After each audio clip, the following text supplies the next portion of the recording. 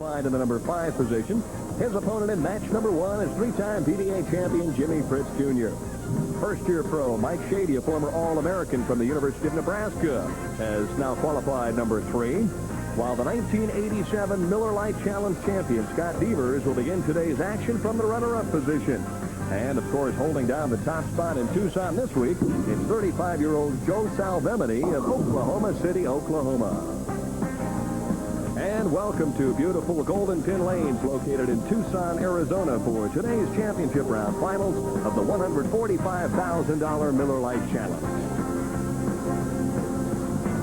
Hi, everybody. I'm Denny Schreiner, and welcome back to Golden Pin Lanes in Tucson, Arizona, where for the 16th consecutive year, the greatest bowlers in the world will be staging their event here in Tucson. 29 years overall, though. The pros have shown up here, and the fans have always turned out to see them. Working with me once again is PBA Hall of Famer Mike Durbin, a winner here back in 1982. And Mike, I know that it's very difficult to compete on the national tour for a number of different reasons, but Jimmie Pritts has had an awful week.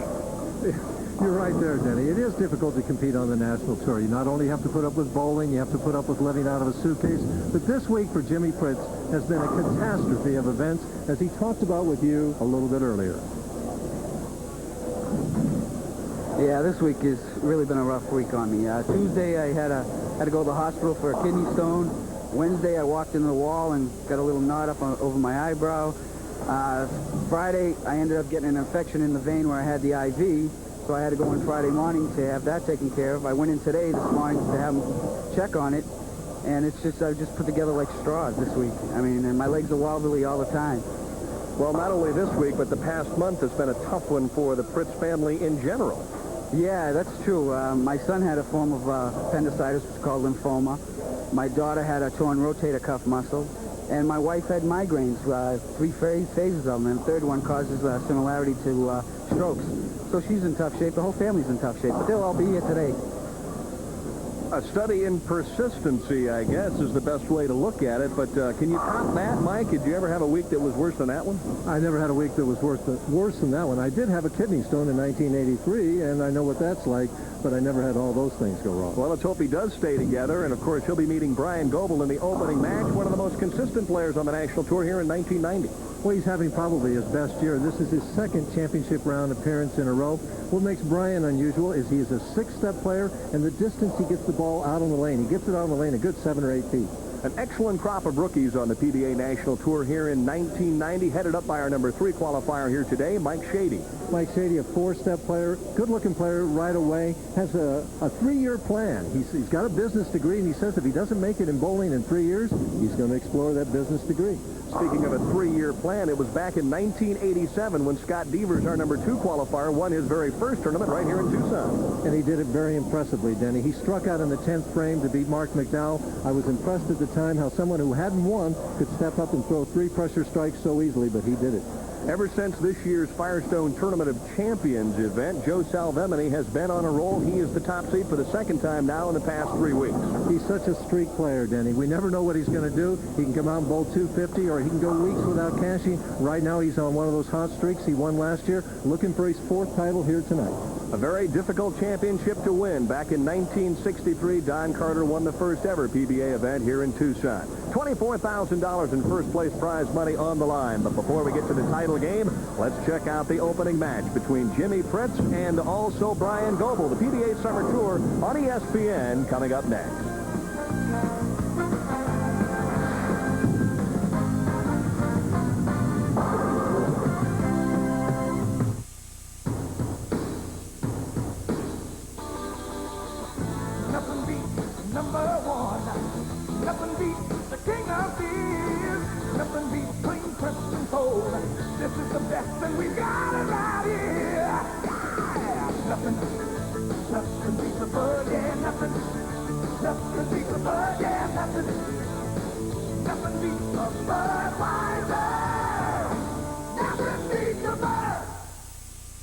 Nobody can give you a price to repair your exhaust system until they check it out. From here to here. At Midas, before you get a price, you get a free inspection. And you get a guaranteed estimate, so you'll know what it'll cost right up front. You get Midas trained experts and a Midas guarantee. And that guarantee is good in over 1,700 Midas shops all across the country. When we give you a price, believe it. And believe this, nobody beats Midas. Nobody. The Vector Series, a revolutionary new concept. The Vector, for the person seeking pro roll and increased pin carry. The secret lies within. In traditional balls, the weight block is toward the outer surface. In the Vector 1, it's closer to the heart of the ball. In the Vector 2, next to the heart. The revolutions increase, giving you maximum striking power. The Vector Series, from Columbia 300, sold only in Lens and Pro Shops. Now available for the first time, the complete recordings of Olga Montero and her magic harp. This 4-volume set includes such classics as Eine kleine Nachtmusik, Amor te Quieto, and Cuesta o Cueva. She has been hailed as one of the world's greatest. Still going. Nothing outlasts the Energizer. They keep going and going and going and going. For the 29th year, they have been applauding the professional bowlers here in Tucson. We're ready for the start of match number 1. Bryan Goebel, your first good look at him from Merriam, Kansas. Always been one of my favorite stops here in Tucson, Arizona. Although when you win in the place, you usually like it. Yeah, he finished second a couple times here as well. Well, is he going to fall? 2-4-5 ends up just the 2-5. But they're a little bit separated down there, Dan. It's already a difficult spare. It makes it even more difficult now. See if Bryan tries to cut down that enormous hook and throw it a little bit straighter at this spare. Second consecutive telecast for the talented right-hander.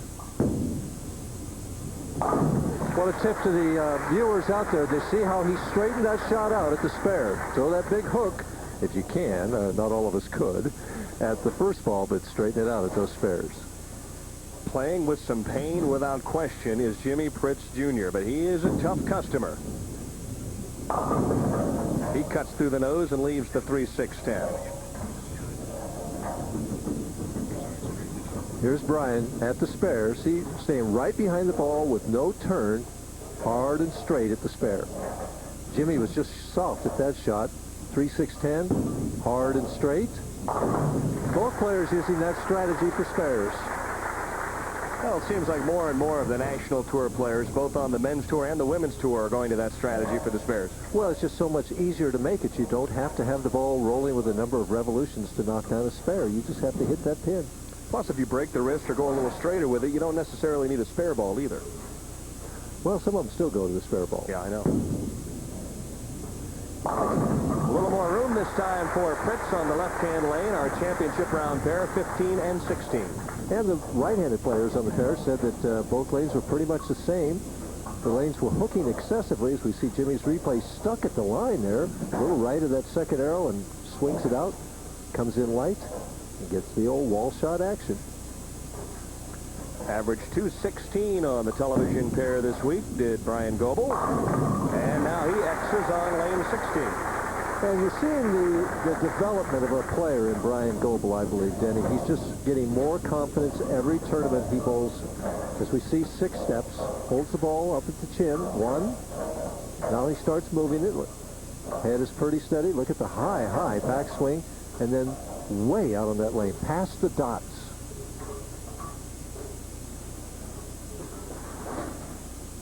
Trying to take the early lead here in game number 1.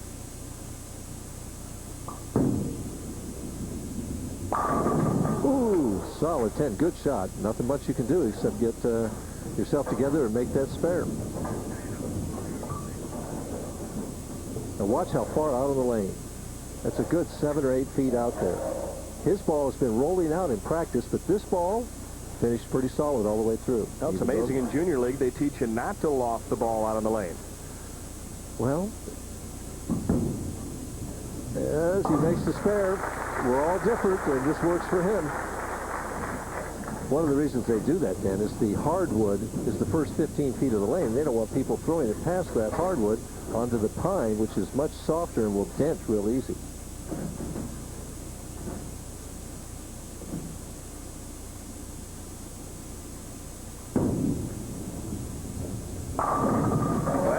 gets a big-time break with the Brooklyn, and he obviously is still trying to figure out lane 16. He's just soft on that lane, although he was left with his target that time, but he's just got to increase the speed. Bent knees, 5-step player, gets the ball in motion very quickly, backswing, a little higher in the shoulder height, nice long slide, and he's always had that little shotgun short follow-through like that.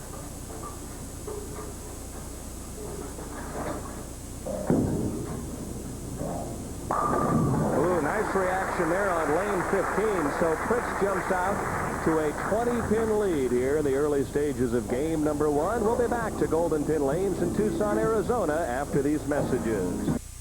And by Central Pennsylvania, it's the biggest sales event of the year. Keller Brothers Giant 72-hour Sell-A-Thon. Choose from a specially tagged group of new cars and trucks, all $99 under factory invoice. Many with low 2.9% financing. Plus, we won your trade, so when we make a deal, we'll pay off your old car or truck. Don't miss this 72-hour Sell-A-Thon. 2.9% financing. New vehicles, $99 under invoice. 4 days only. But hurry, it definitely ends Saturday at 4 p.m. only at Keller Brothers Ford.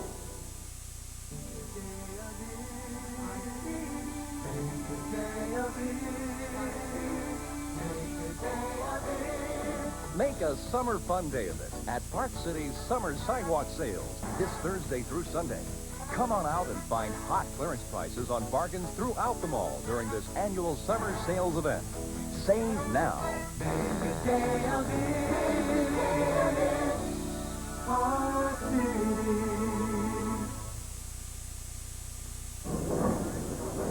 Well, in lieu of what's happened this past week, I guess the past month, Joanne and Amy and Jimmy the Third are all smiles here in Tucson. Well, they look good, don't they? I'll tell you what, I wonder if Joanne, she must not be suffering from a migraine right now. My wife gets migraines, and from watching the pain that she goes through, I know how tough that is.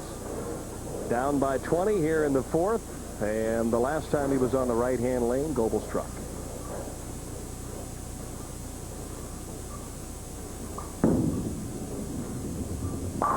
Pretty shot there, Dan. Pretty shot. He's got the pocket wired in on both lanes, where Pritts still has to find the right lane. So even though he's down 20 pins, Bryan Goebel, just get a couple of them together, can get himself right back in this match. There you see Prittsy with strikes in the 2nd, 3rd, and the 4th. Keep in mind, the strike in the 3rd was a Brooklyn variety. And one where the head pin fell into the 5-9. So take anything you can get out here, Michael. Oh, I agree, Dennis. I didn't throw him back. Goebel trying to cut into the lead right now. This one hooks early, and guess what? Turnabout is fair play. Fair play, identical. The head pin falls into the 5-9 there. Doesn't give it enough room. Gets it way out, but it's inside the 2nd arrow. Starts fighting right about now. Watch the head pin. It hits the 5 and then hits the 9. Will it be 4 in a row? Still not quite enough room. Nearly the Brooklyn variety once again. So the string ends at 3 for Jimmie Pritts Jr. And even though he was striking on this lane 16 in practice, he's yet to hit the pocket in competition yet.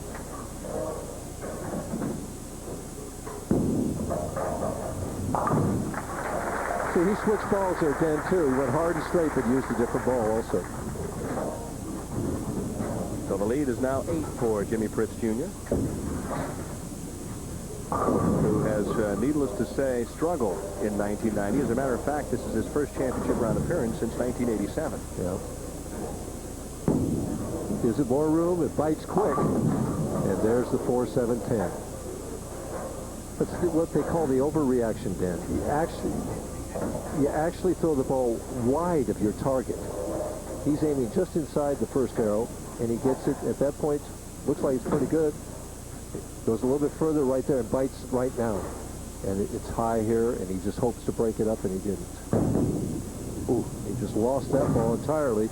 He was aiming at the 4-7, and he made the 10 pin because it just fell off of his hand. Cost himself 1 pin and count. So the woes continue for Jimmie Pritts Jr., who reaches, I think, for perhaps some tape. Very warm outside here in Tucson, well over 100 degrees inside the bowling center. It's cool, but the players beginning to feel some of that humidity as well. Goebel trying to apply some heat of his own, and he does. Gets a bit of a shaker. Now Goebel with the turkey, and he takes over the lead. Trusted this one very well. Threw it. That's Jimmie Pritts' ball we're seeing right now. He put an extra piece of tape in that ball. That's his spare ball that he put a piece of tape in. Looks like he might even be going to work on the strike ball now as well. More tape, yep. That's the strike ball, I think. They both look the same. Sometimes I wonder if the players know which one's the strike ball and which one's the spare ball.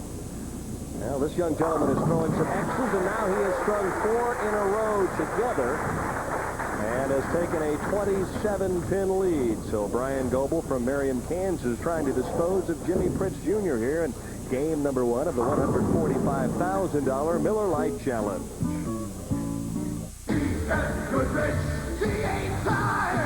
They perform like great athletic shoes. And for a limited time, when you buy 4 B.F. Goodrich TA tires, get your favorite team jacket free. Distinctive styling. 100% cotton. With your choice of 26 Major League team logos. Hustle into a participating dealer for great performance tires and your free team jacket. At Burger King, that flame-broiled taste you've always loved is about to take a new turn to chicken. Introducing the BK Broiler. For a chicken sandwich with that flame-broiled taste, sometimes you've got to break the rules. Ninja Turtles are hard to capture. But Burger King's got them. Teenage Mutant Ninja Turtle cups. 39 cents each when you buy any drink. To capture these Ninja Turtles, sometimes you've got to break the rules.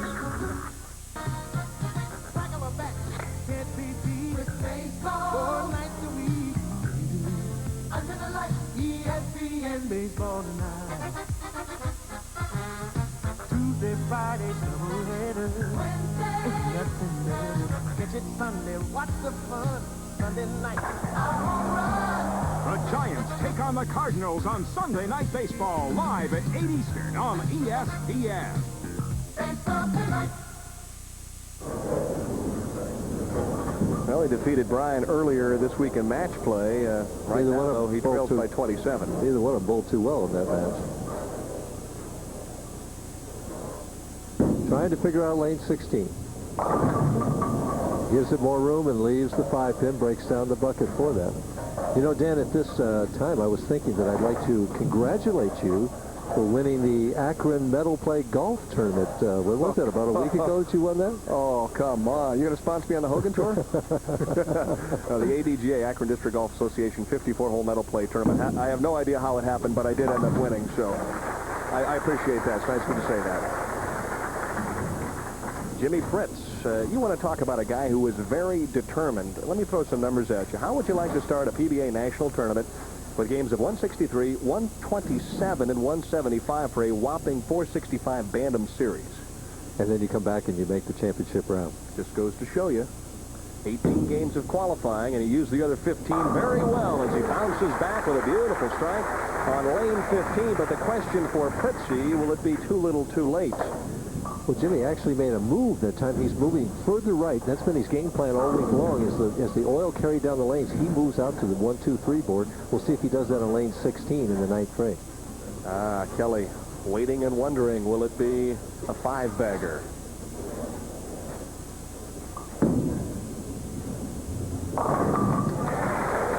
Sure will be. Bryan Goebel is learning how to put opponents away and have the game locked up by the 9th frame. Now still a possible game of 270. If he gets one more, it puts him in the 240s. Forces Pritts to strike out just to make Goebel show up for the 10th frame. Nice position to be in. Strikes in the 4th, 5th, 6th, 7th, and 8th for Bryan Goebel, who has cashed in 18 of 22 events thus far this year. Pretty steady. Tries for the light hit again. The 7-pin shakes a little bit, but stands firm. Now that keeps Pritts' faint hopes barely alive. But he was in a similar situation last night in the position round. He was trailing Eric Forkel by a good 20-some pins. Struck out in the 9th and 10th to make Forkel get the first one, and Eric didn't do it. At the 7th pin. no trouble. So for Jimmie Pritts, if he strings together 5 consecutive strikes, a game of 233, I think he'd take that at this point. Yeah. That's the best he can get. That's where he'd take it there.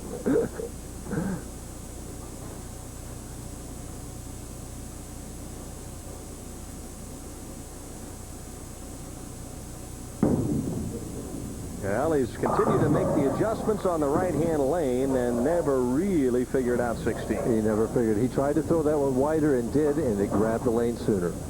And Joanne knows that he's all but history right now. And I think Jimmy's planning on taking next week off to recover from his physical disabilities.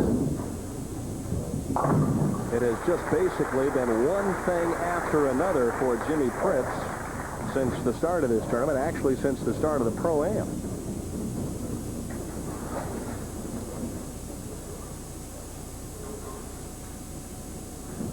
Don't forget, next in line, a very talented rookie in Mike Shady. Scott Devers, our number 2 qualifier this week, and on top of the stack, Joe Salvemini. Well, one more thing in this week for Jimmie. Picks it up with strikes. He'll finish with 202. Bryan Goebel already has 209 if he doesn't even show up for the 10th frame. So Bryan's moving on. Well, with all the problems, the physical problems that Jimmie has sustained this week, he makes it to the telecast, shows up after going to the hospital this morning to bowl. He said, Denny, if not anything else, they can't call me a wimp. A gritty performance for Jimmie Pritts Jr., who will collect $5,000. Part of that, I'm sure, will go to a local hospital here in Tucson. Let's hope not too big a part. Oh, you're not kidding. Nice round of applause for Jimmie Pritts, who made a game effort here this week at Golden Pin Lanes in Tucson. But for that young man right there, the 28-year-old right-hander from Marion, Kansas, it will be on to game number 2. And he's looking good, Dan. He's got both lanes pretty much wired. Just like that. Finger lift he gets on the ball is just enormous. He really has those long arms, and when he's stroking like that, it looks like he's reaching about halfway down to the pins, you know. Was an outstanding baseball player and really credits the PBA Regional Tour for his success on the National Tour. Well, that's the whole plan behind the regional program. Is the guys have to cash twice there before they can come on the National Tour. They get that experience and come out. Some great players come off that regional program. And what most people don't realize is that throughout different stages of the year, a number of the touring players compete on the regional level. So it's not as if you're just bowling against local bowlers. That's right. You go back and you can bowl, if you're a touring player, you can bowl in these regional tournaments, whether in your region or the region you happen to be touring in. Get some good competition on the weekend. Maybe pick up a few extra dollars and find out how tough some of these guys are that stay at home. So a game of 248 for Bryan Goebel. 248 to 202, his victory over Jimmie Pritts Jr. And we'll take a break here from Golden Pin Lanes in Tucson, Arizona. Don't go away, though. Coming up next, Mike Durbin's Average Builder. So, ladies, I want you to pay attention to this tip this afternoon. I think Best Western is wrong. They say staying in their hotel is like being in your own home. Well, here I am in my own home. The neighbors are fighting, the dogs are barking, and it's my turn to make the bed. At Best Western, we try to make you feel like you're at home, maybe even better. See, this Best Western isn't like home at all. No noisy neighbors, no barking dogs. And I don't have to make the bed. Hey, come on. This is any way to spend the summer. No. Make it a Bud summer with Budweiser, Bud Light, and Bud Dry. Chicken side 12-packs, and you could win one of 100 Bud label pools. Look for me, Jeff Altman, where you buy your favorite beer, because we're giving away pools all summer long. It's wet. It's wild. It's Bud summer. Hey, man, you need sunscreen. You're starting to peel. Woo!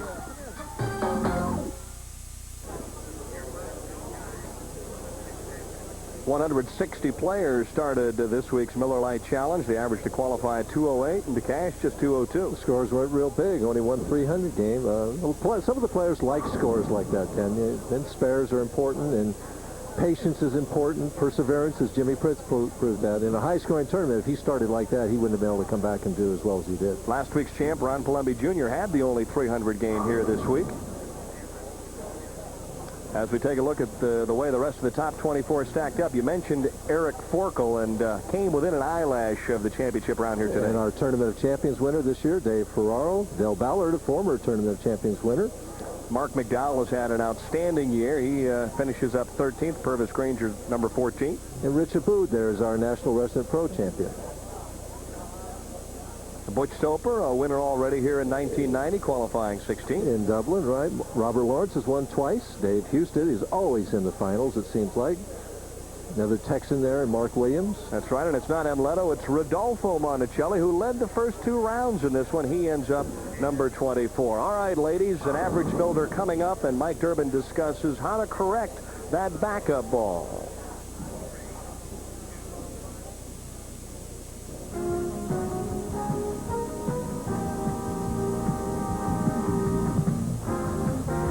Yesterday was my wedding anniversary. And in honor of my wife, who has put up with me all these years, I thought I'd like to gear this tip to the ladies in our audience. Have you ever wondered why so many gals throw what we call a backup ball? Maybe you prefer the term reverse hook. But anyway, it's a ball where it goes down the lane. It moves left to right if you're a right-handed bowler, and goes in sometimes to the 1-2 pocket, and is thrown with a hand release that looks like this, where both the thumb and the fingers move in a clockwise fashion like this, causing that spin for the ball to go left to right. Well, one of the reasons I believe that so many gals throw this particular delivery is because of one of the many wonderful different ways that men and women are made. Let me illustrate. A man, when he hangs his arm down at the side, basically his arm will hang straight. But a woman, when she hangs her arm down, the lower half of her arm from the elbow out has a tendency to point out. So when she puts her hand behind the ball, her natural tendency is to move left to right or clockwise with the hand and fingers, causing that backup ball. And for many gals, they think this is just fine and they don't want to change. And if you're one of them, that's just fine. But I would recommend that you learn to play it a little bit like a left-hander. That is, move to the left side of the approach and play outside the second arrow on the left and have the ball come into the 1-2 pocket. However, many women have come to me and said, Mike, I'm throwing this backup ball and I can't get rid of it. I can't learn to throw a hook. Can you teach me how to throw a hook? Well, one of the reasons why they can't learn to throw a hook is that they're taught to put their hand behind the ball and then turn their hand around the ball like so. And their natural tendency is to go the exact opposite way, and they can't overcome that natural tendency. Well, I believe I have a way that you can learn to throw a hook and still keep that natural tendency by developing what we call the handshake hand release. That is that I put my hand in a position just like I was going to shake hands with someone else. Or maybe I was going to pick up a suitcase. The thumb is at about 10 o'clock, and it goes into the ball just like so. The fingers are at about 3 or 4 o'clock. Now, when I swing the ball, and this is important, I have to keep that thumb left of 12 o'clock all the way through the swing. If it gets past 12 o'clock this way, then I'm going to want to go back this way with the hand and fingers, and the backup ball will come back into play. So keep that thumb left of 12 o'clock all the way through the swing, and use your natural, normal hand release, and what will happen is the thumb will move clockwise up toward 12 o'clock. The fingers will also move clockwise, but stay at about 4 or 5 o'clock, and the ball will then roll between the thumb and fingers, which is known as a full roller, and that's a gentle hook. Remember, you want to learn to get rid of that backup ball. Learn the handshake method. Thumb at 10 o'clock all the way through the swing, your natural, normal hand release, and see if you don't develop a full roller and a gentle hook. We'll see you again Thursday night from Hammond, Indiana, 7:30 Eastern Time, where we'll have another Average Builder.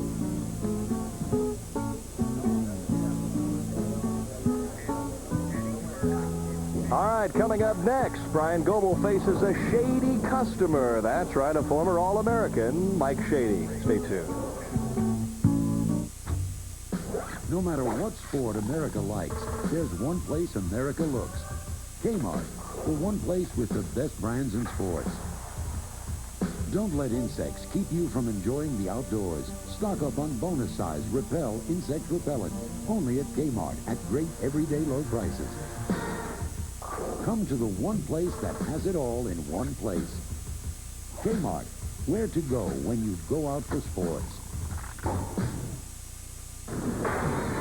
don't have to worry when rain keeps pouring down, 'cause your home can take it whatever comes around. Olympic Oil Stain has pure linseed oil. Since oil and water don't mix, it helps stop water damage. It's no wonder we'll stop the rain. Olympic stops the rain. Protect your home with Olympic products now and save an additional $2 per gallon. Good look at Mike Shady out of Wisconsin, our number 3 qualifier, still finishing up with his practice shots. I know you mentioned that your wedding anniversary was at 27? 27. Debbie, do me a favor. Don't settle for an average builder. A coat, some crystal, maybe even a second honeymoon to Hawaii. What do you think, Mike? You going to pay for it, Dan? Well, as we mentioned, Shady is finishing up his practice shots here, and we've got an unusual location behind the wall at Golden Pin Lanes this week, but I know you have fond memories of Tucson. I do as well, starting to work here with the PBA Tour back in 1978. Pete Thomas and his crew do an outstanding job, and it's always fun to come back. My very first tournament that I bowled in 1967 was right here in Tucson, Arizona. It was at a different bowling center, right. But I cashed in the very first tournament that I bowled, and so I always had fun memories.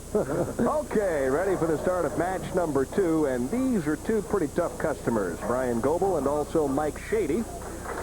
Keep in mind, Scott Beavers, a former Miller Lite Challenge champion, is waiting in the wings, and our top seed, Joe Salvemini, also waiting to shoot for $24,000 in first place prize money. I personally think the favorite in this match has to be Goebel. He's lined up, he has the experience, and Shady just, in practice, didn't seem to have the pair down. Interesting. He threw some shots on the championship round pair and then went over to the practice pair and bowled most of the practice time. Comes out of the gate, leaves the 2-8-10, and that spells disaster. The old PBA equalizer right there, the 2-8-10. You give it too much room, and it comes in behind the head pin, and that's what you leave. Years ago, Dan, when I was growing up, well, you never saw this split. It wasn't until the real urethane hook and back ends that you began to see this type of split. Well, it's unmakeable, basically, too, isn't it? Well, some guys, I've seen Marshall Holman make this bowling left-handed, throw it out left-handed. Shady just goes for the 2, hopes something good happens, and he gets 9 out. I've also seen guys like Mark Williams and Wayne Webb shoot at it with a backup ball. With a backup ball. Wayne Webb throws a vicious backup ball. He can really rev it up. Well, I hope he watched the average builder, then maybe we can correct his swing. Right-hand lane obviously has been a favorite for Goebel here today. Goebel really zeroed in on lane 16. As I say that, he gets a runaway Brooklyn. Oh, my. I better keep my mouth shut, Oh, well, of course, statistics never lie. 6 strikes on the right-hand lane. But out of 7 opportunities. That wasn't even close. It's still an X, Dennis. Lanes didn't change that much. No, they didn't change that much. He just did not give it the room that he wanted to give it.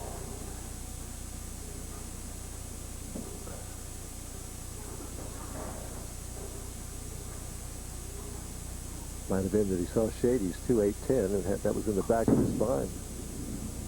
Well, it's flush sitting on lane 15, so Goebel opens up with a double. And Shady finds himself now trailing by 21 right out of the gate. And I know how that feels. Your first time on national television, and you get a split right away, and your opponent starts out with a double. First time I was on, I bowled Nelson Burton Jr. He started off with 6 in a row, playing one lane, the gutter, and the other lane, the 4th arrow. No problem, you're thinking, right? Right. Adios, he said. Better speed this time, shakes him up with a light hit, so Shady comes back, and if he doubles up right here, he's right back in the match. 4-step player, ball's in perfect position. He pushes a little bit before he steps. Ball slightly early, a little high, makes it up right there. Gets the ball up over his head. Nice long slide and a good follow-through. Started his collegiate career at the University of Wisconsin Lacrosse as a freshman, won the national championship, and then transferred to the University of Nebraska, where he was a 3-time All-American. Oh, I like the adjustment. Comes right back and doubles up on 15. Very nice shot there. Really a very important shot. He's down 21. That cuts it to 11. Lets Goebel know that, hey, you can have a match here. What's going through his mind now, Michael, after the opening shot on lane 16? Do you just forget it? Absolutely. He's thinking, hey, I got a break there. Now I'm just going to go back to throwing it where I did the other 6 times in the previous game, and I'll be all right.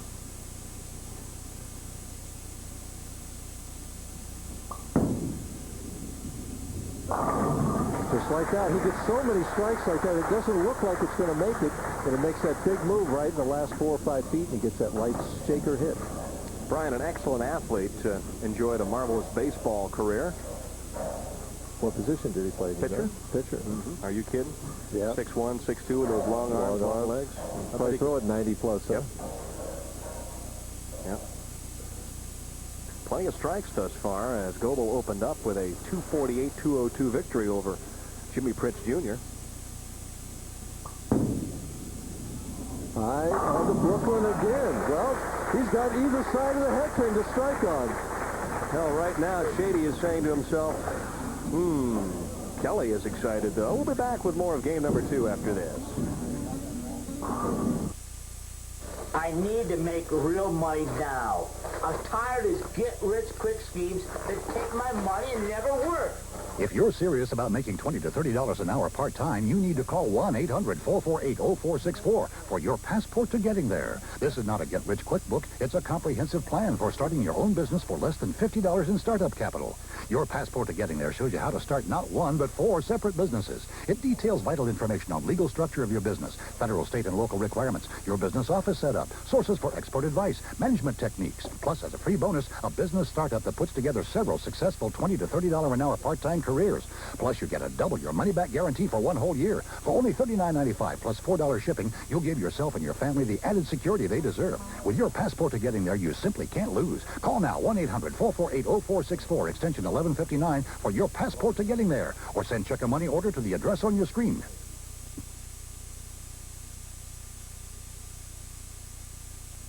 The closest points battle in years moves to the fastest Formula One track in the world. See the drama and excitement of the Grand Prix of Great Britain. Sunday morning at 8:50 Eastern, live on ESPN. Live Major League Baseball on ESPN tomorrow beginning at 8 p.m. Eastern Time, 5 p.m. Pacific Time. The Giants and the Cardinals. I'd love to get an assessment from our director, Kent Samuel, on why Whitey Herzog retires. Of course, Samuel, a big St. Louis Cardinals fan. And, of course, the Giants trying to keep the Reds in view. Red Schoendienst now the manager of the St. Louis Cardinals. So the Redbirds right now going through a number of changes. Been a struggling year for them. Maybe they should talk to Jimmie Pritts. Oh, boy.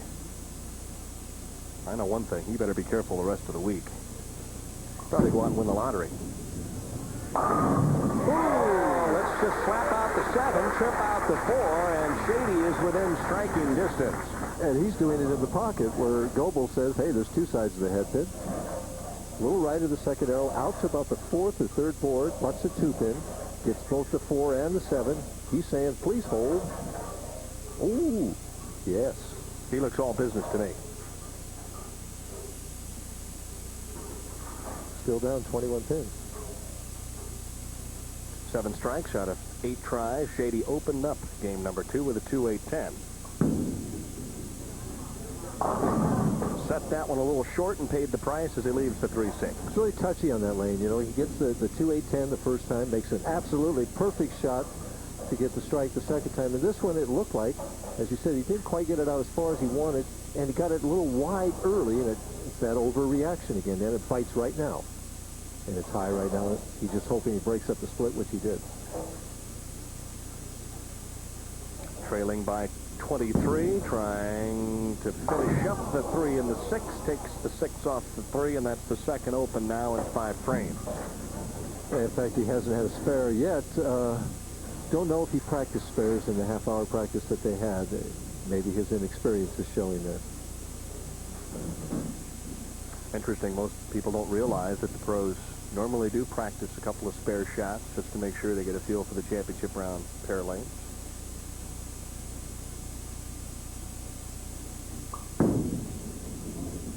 Well, Goebel flirting with the 1 board, now has a 5-bagger and leads by 45. Just sending it out wide and letting the lane bring it back.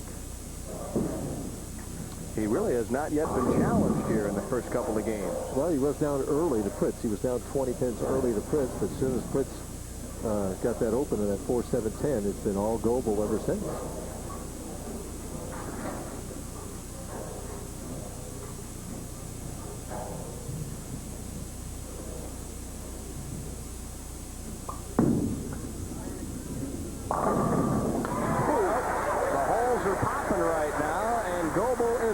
As he is halfway home to the perfecto. Interesting reaction here as he really pops the fingers. The ball hits left of the second arrow, gets out to about the third board, and the 4-pin falls into the 7th. His reaction. Ooh, he likes it there. Halfway home. Meanwhile, Mike Shady just trying to pick up the pace. And he makes a very professional shot on lane 16, but right now this game's probably just whizzing by. And he's not bowling that bad, although missing the 3-6 in the 5th frame certainly didn't help his cause any. It's right lane's giving him no trouble. This left lane. You should have put Pritts together the way he hit the left lane and Shady hit the right lane. Well, you look up, your first ever appearance on national television, you're halfway to the finish line, and you're down by 55 sticks. Now this one gets through the heads much better, and the reaction is right there as he strikes in the 7th frame. Very, very firm with that shot all the way, Dan, and it didn't get right in a hurry, so he didn't get that overreaction. Mike told me the thing you would probably have to battle the most was just to try and stay relaxed here in his first ever appearance in the championship round. Sometimes that doesn't happen until after the game is over, and maybe you haven't won.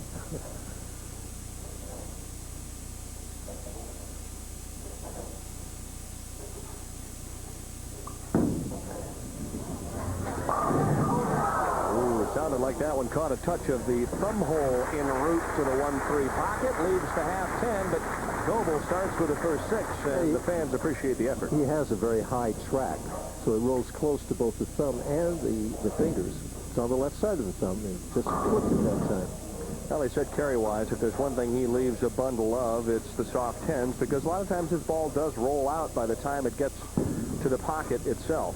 And could you basically describe, Mike, when we talk about a ball rolling out, what that means? Well, what it means, Dan, is the ball goes down the lane, it starts its right to left motion, and normally it just keeps going that way, but it's expended all of its energy and actually goes back the other way and straightens out at the pocket. I never had any problem with the ball rolling out. It's usually for guys that hook it a lot or get a real early roll. David Ozio gets a very quick roll, and he'll have his ball roll out sometimes. So the guys who track it high end up usually rolling the ball out a little bit. Sometimes, if the lanes are excessively dry or hooking a lot at the back end like they are here. Okay, well, his carry hasn't been too bad as he started with a 6-bagger, leads by 44, and basically tears the finger holes out of that shot. So we'll take a break here as Goebel cools off in Tucson. We're at Golden Pin Lanes, the championship round finals of the Miller Lite Challenge. We'll be back with the conclusion of game number 2 after this. McDonald's just made the summer even better. Because now a hamburger Happy Meal's a super low price at just $1.99. Surprise! We're the Happy Meal guys. You can get your kids a hamburger Happy Meal for just $1.99 all summer long. Now that's a real value. $1.99 for a Happy Meal? With a toy surprise. Oh, surprise! Huh? Whoa! So remember, a hamburger Happy Meal is just $1.99. Only at McDonald's all summer long.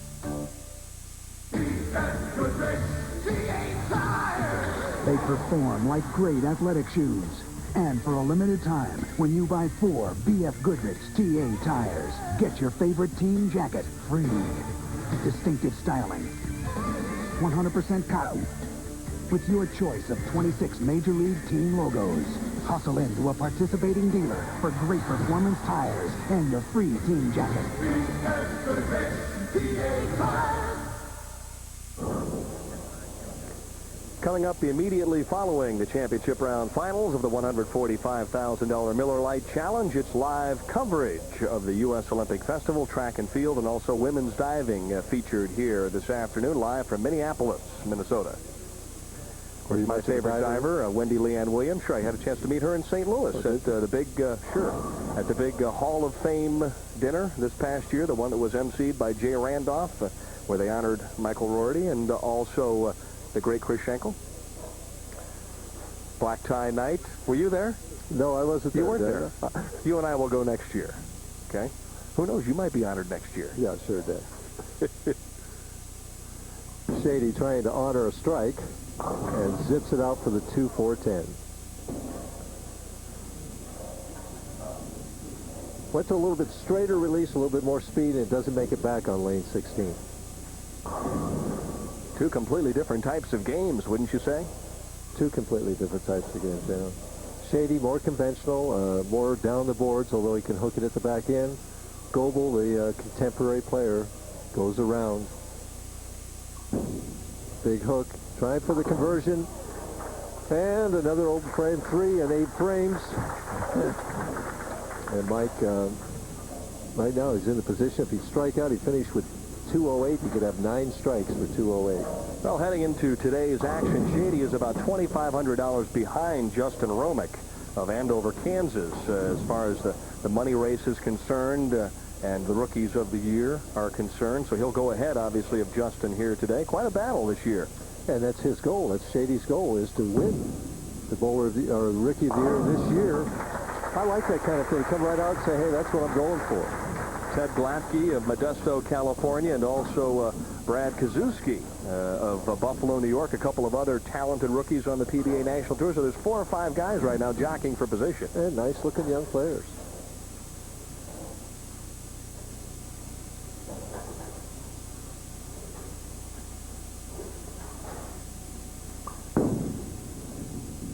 Well, meanwhile, back at the ranch. Back at the strike farm. Too bad he didn't carry that 10 pin in the 7th frame. Would have made it interesting here in the 10th. Well, this one is all said and done. Goebel breathes a sigh of relief. I don't know why. This one wasn't really close. Well, you got to fill in those frames in between. You know, Shady's getting enough strikes. You know, Bryan said something interesting. He said, you know, Denny, I'm developing some consistency out here and cashing and making some finals, but I got to start making it pay off.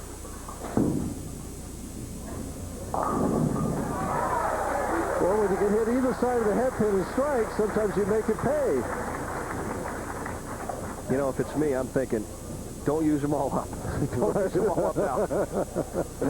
Yep, I know what you mean, brother. When you're 50 pins ahead, they fall real easy, you know, but when you got a tight match, sometimes they don't. You get a little grip, you get the death grip going on that bowling ball, and so important to have that firm hand, yet the relaxed grip, so that the ball comes off just the way you want it. Well, one more, and it's a game of 279. So Mr. Goebel with a game of 248 in the opener is improving. Absolutely. How many strikes do you have in that opening game? Do you remember? You had 8 strikes in that opening game. You could have 11 here. 19 out of 24 is not too bad.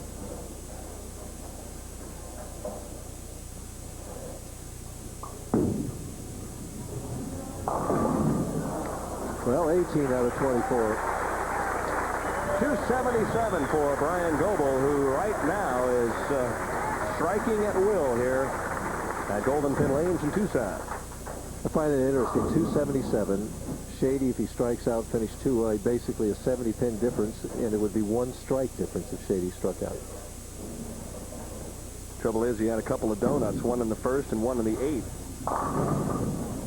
He says, hey, that's the same place Goebel hit. He struck, but it doesn't work for me. Fine young player. One of the outstanding products of the collegiate program. Boy, more and more. We're seeing more and more talented players coming out. Well, that's been the pattern, I think, for the last 7 or 8 years. Sure.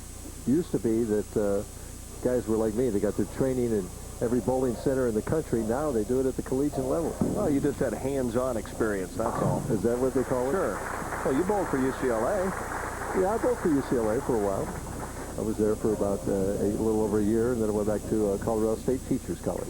When were you at UCLA, 63, 64? It was a little, see, I graduated in 59, so I was there in 60. Graduated high school in 59? Yeah, I'm an old guy then. I better get the calculator out to figure out. No, just kidding. Trying to finish things up here. And he will collect 4th place money in the Miller Lite Challenge this week, Mike Shady. So Goebel moves on now to the semifinal game. And, of course, before that happens, we'll take a look at bowling news here from Golden Pin Lanes in Tucson, Arizona, coming up next. Hey, come on. This is any way to spend the summer. No.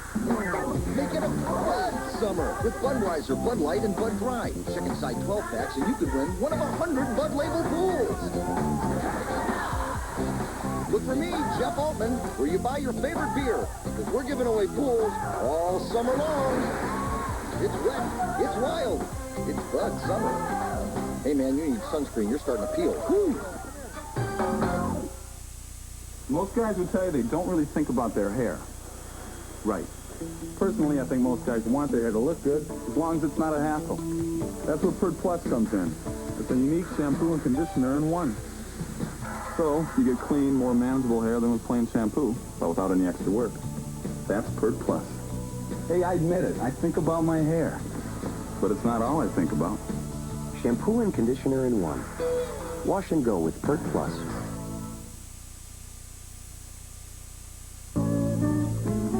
Pizza Hut Bowling News.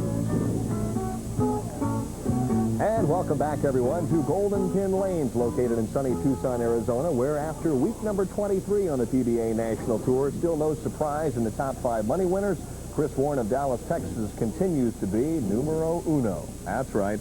Despite the fact that he did not cash here this week, the talented right-hander tops the list with earnings in excess of $155,000.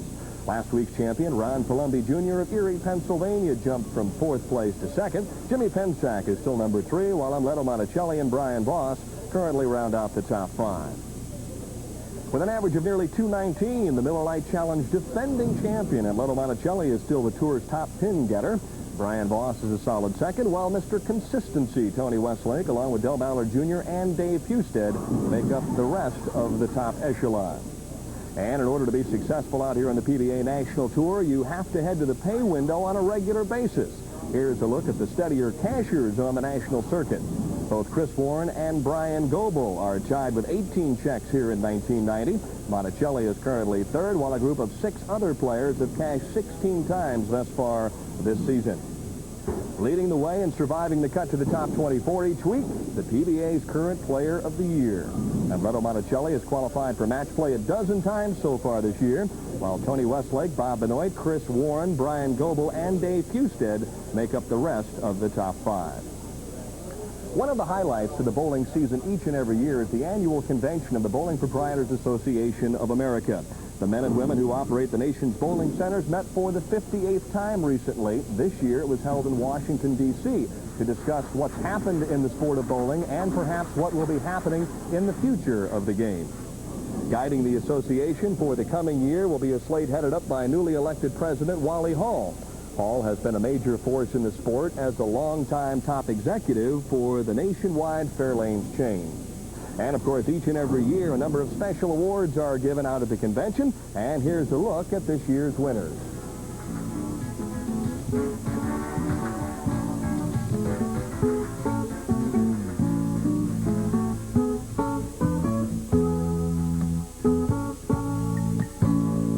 Congratulations to all those good folks at the BPAA convention. The finest amateur bowlers in the world will be a part of the much-heralded Goodwill Games, which begin next week in Seattle, Washington. The top 8 men and 8 women in the world will be competing for gold, silver, and bronze medals.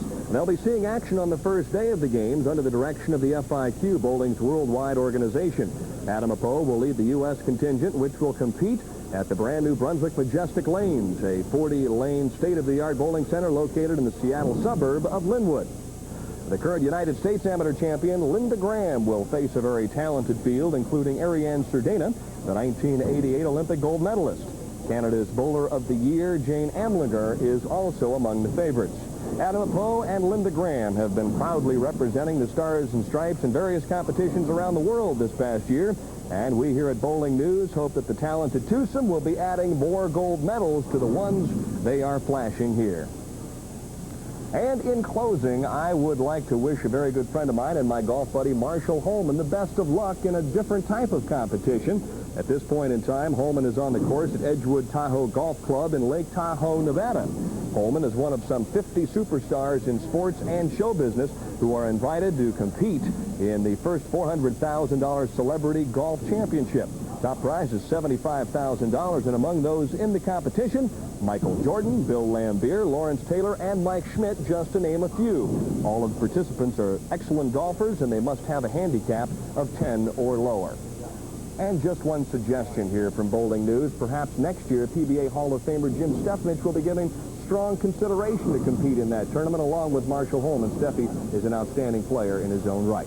That's a look at Bowling News this week from Golden Pin Lanes in Tucson, Arizona. Bowling News is brought to you by Pizza Hut, maker of pan pizza that's winning the hearts of America. Pizza Hut, making it great. And the man who won 18 of 24 matches this week, he's all smiles right now, but a half an hour from now, will he have the same attitude? Mike Goebel will chat with Joe Salvemini when we return. If you can't get enough of your favorite toppings, Pizza Hut has the pizzas you'll love. Do you love me? The Meat Lovers Pizza. 6 mouth-watering meat toppings smothered between 2 luscious layers of cheese. And now the new Veggie Lovers Pizza with peppers, mushrooms, and tons of other great veggies. Now get a Meat Lovers or new Veggie Lovers for $9.99. Any 2 for just $4 more. Do you love Meat Lovers, Veggie Lovers. Now who do you love? Pizza Hut? Making it great. You know it's time for Anacin when the pain gets so bad you can't think about anything else. When the pain of a stress headache has you stretched to the limit, Anacin relieves the pain fast. It's like I can feel the Anacin going right to where I hurt. Anacin gets to the pain before it gets to you. They perform like great athletic shoes. B.F. Goodrich TA Tires, the athletic shoes for your car. B.F. Goodrich TA Tires. Whether it's your first PGA win, your first Cadillac Senior PGA Tour trophy, or another LPGA title for the record books, the feeling is still the same. And ESPN brings you that winning feeling all season long. Jack, the Shark, and Seve shoot for that feeling at this year's 3rd Grand Slam event, the British Open. Live Thursday and Friday mornings at 9 Eastern on ESPN. It's raining all over the country, and today's second round of the Kroger Senior PGA Classic has been washed out. But don't forget, tomorrow, live on ESPN, beginning at 2 p.m. Eastern Time, you can watch the best senior players in the world attacking the Grizzly course in Kings Island, Ohio, outside of Columbus. That course, of course, designed by Jack Nicklaus. All the top stars are involved. Lee Trevino one more time on top of the stack in the Kroger Senior PGA Classic, and all they have Mike Durbin to shoot for is $600,000 in prize money. That's what you made, what, in 2 or 3 years on the PBA National Tour? Yeah, it took just about that, Danny. I'm here with Joe Salvemini. He's our tournament leader this week in Tucson. Joe, I'd like to talk a little bit about your career. It's kind of been a feast or famine situation with you. Last year, you made over $60,000. You won your 3rd title. Yet we know that you can also go weeks in a row without cashing. How do you explain that? I wish I could. I seem to be, when I have a good shot, I seem to bowl real well, and consistency has never been a strong point, mainly because the conditions on tour, they're so demanding, and I've been able to bowl good on certain conditions, and the conditions I struggle with, I seem to struggle bad. Lately, though, I'm happy to say that I'm bowling a lot better consistent. The pattern seems to appeal to me, and the less ball changes I have to make, the better off I am. Let's talk a little bit about your style. You have, at best, an unusual style. It's a little bit of a bump out in the back with your arm swing. Do you think that that style leads somewhat to you having a little bit of a problem with being consistent? Well, I think that's the key. It's something that I've had all my career, although it seems to get worse as I learned how to tried to learn how to get the ball down the lane on the tour. The heads were a little more dry, and getting the ball down the lane was a priority in order to get the hit harder. I think I developed that little bump, and it caused a lot more inconsistency. But I worked with Norm Duke in Fresno a couple weeks ago, and he mentioned something to me that clicked, and I worked on it, and ended up leading the tournament by 400. And the last 4 weeks have been super. And hopefully, if I keep going the way I am, and I can maintain the keys that are the things I key on to get the swing in line, it should go on all right. Well, what exactly did he tell you, Joe? Well, he just said that I was throwing the ball real well, but I get 5 different reactions. And we were working on the top of the backswing, why it was bumping out, how to keep it from bumping out. And it was basically just stay behind the ball all the way until the release point. Once I realized that, I said, well, I can do whatever I want once I get to the release point as long as I'm behind it. And it showed itself the last 4 weeks. You were talking to me earlier about staying focused. What did you mean by staying focused? Well, I've always had a little bit of trouble with concentration, distracted easily. When I have to make ball changes and stuff, I get a little distracted. The last few weeks, I haven't had to do a lot of thinking. I just had to let my abilities come out, and it's allowed me to concentrate more on the job at hand. And when it comes down to me just having to make shots and not worry about making guesses of ball equipment or lane change or whatever, then that's when I'm at my best. And it's allowed me to stay focused to what I have to do, not pay attention to anything except for one shot at a time, and that's easier said than done, but it seems to be working. Let's talk a little bit about the future. You're 35 now. I know you don't want me to bring that up, but we all get to that age. That's kind of a crossroads for a professional bowler. Do you have a 3 or a 5-year plan? What looks down the road for Joe Salvemini? Well, right now, I think I'm getting better. You know, I've been strong all the time. I've been happy to say I've been fairly successful for the last 7-8 years on tour, but you know, I didn't start till I was really later in life. I didn't even become a professional till I was 26, and I think that's a plus. Age means nothing to me. I feel good. I'm healthy. My attitude is real good, and I just take it one term at a time, and I have a lot of things to fall back on should anything else come up, but, you know, I managed to go this long, and I'm going to bowl forever, but, you know, not necessarily to make a living out of it, but just keep hacking away. You like the game? Oh, I love the ball, and the competition what draws me, and as long as I'm effective, I'm going to play. But there's other things I can do should I decide to take some time off. All right, do you have a preference of one of these two guys to bowl? Goebel's throwing a lot of strikes. Well, not really. I want to win. There's 2 weeks or 4 weeks ago, I came in second, and I didn't like it. So whoever I bowl, I got a good shot, and I think I'm going to win. All right, you heard him. He thinks he's going to win, and we're going to see if Bryan Goebel can keep throwing all those strikes against the 1987 Tucson champion, Scott Devers. Don't go away. We'll be right back after this. We're here at an athletic shoe store to see people's reactions to this sneaker phone from Sports Illustrated. Now, the only thing is, we're not going to show it to them. We're going to let them discover it for themselves. Come on. Go ahead, you pick it up. Is anybody there? Hello? The speaker's ringing. I've never saw anything like that. Do they all ring? It's a phone. Tony, get a load of this. Come here, look at this. I can't believe it. You like that? Yeah. A sneaker phone, that's great. Sports Illustrated presents the Sneaker Phone. It's yours free with your paid subscription to SI. Hello, Chief. This is Park. Oh, honey. You won't believe where I'm calling from. The Sports Illustrated Sneaker Phone works just like a regular phone.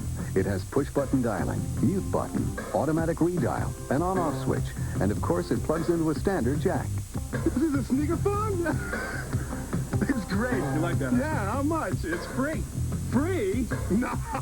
The Sports Illustrated Sneaker Phone is yours free. Just subscribe to 30 issues of SI for 3 low monthly installments of only $14.97. That's over 45% off the cover price.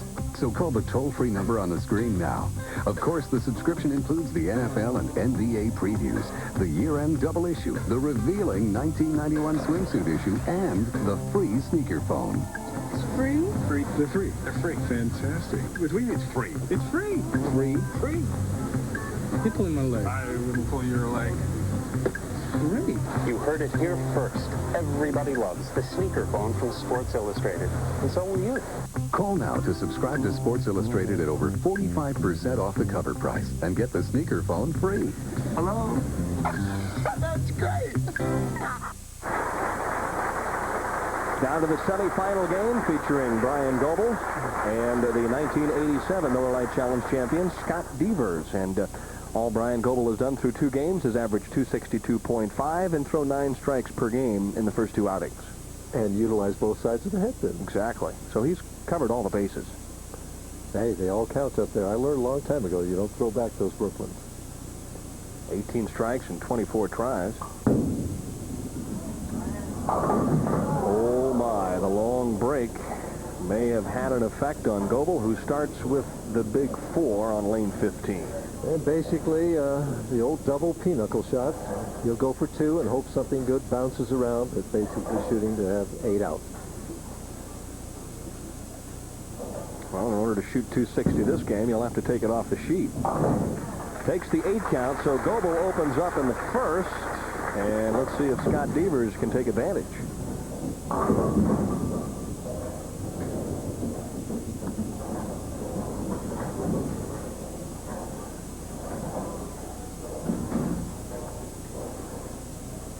Contrasting styles here. One guy hooking it off the lane, the other guy throwing it reasonably straight. Oh. And we've been getting nothing but strikes, and we start split. The only difference is the 5-10 is convertible by Scott Devers. Devers using a very hard surfaced ball, obviously, to keep it in play. The only negative side to that is if you don't throw it real well, it doesn't react great and hit in the back end. Well, it can happen sometimes. Players frequently get caught in that twix in between. They use one bowling ball hooks too much or too quick, and the other one doesn't bite enough at all. So, but he's been using this one too much in the 5. So both players split and both players open up here in the first frame. Well, Scott forced that player, kind of leans forward, pushes that ball down, head's very steady, ball's right in time there, short backswing, which usually indicates accuracy, comes up, but after the ball is gone.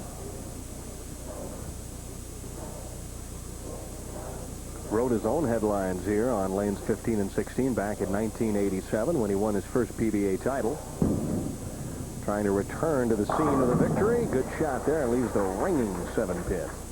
Well, he thrown both balls in the 1-2 pocket. Just got an 8 and 9.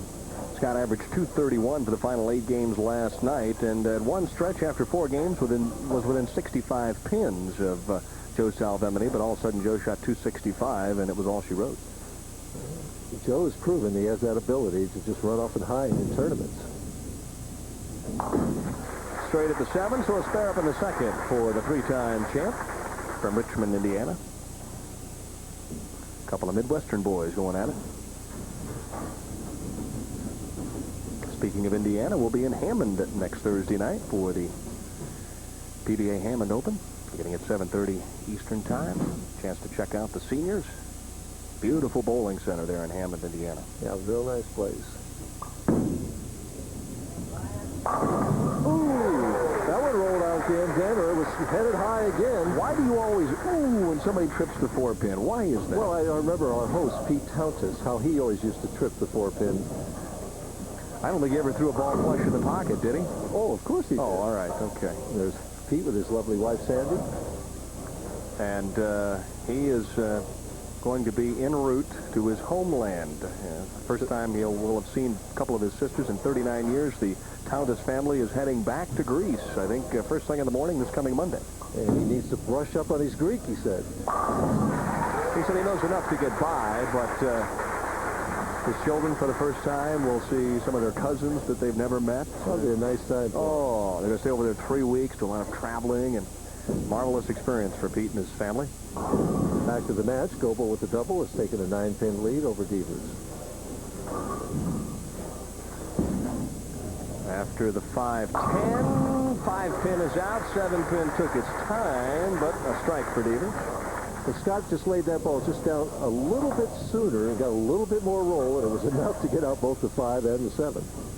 Scott averaged .219 on the championship round pair throughout the week. Career television stats, 8 wins, 7 losses with an average of .212. He said the key this week, though, was that when he hit the nose, he didn't get any splits. He broke up the splits. Was a bowler of good fortune throughout the week and leaves the 3-6. Didn't get the lift on the fingers that he was looking for. Kind of just slid off his hand a little bit.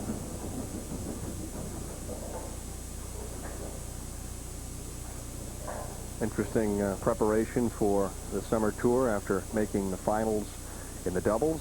Scott went home, took a month off. Said, I didn't even look at a bowling ball. I was tired. I bowled all winter. It's wise, I think. Oh, yeah. needed a break. Well, right now, if he doesn't pick up the pace, he'll get plenty of rest here this afternoon as well, because Goebel's trying to win his third straight here in Tucson. I need to make real money now. I'm tired of these get-rich-quick schemes that take my money and never work.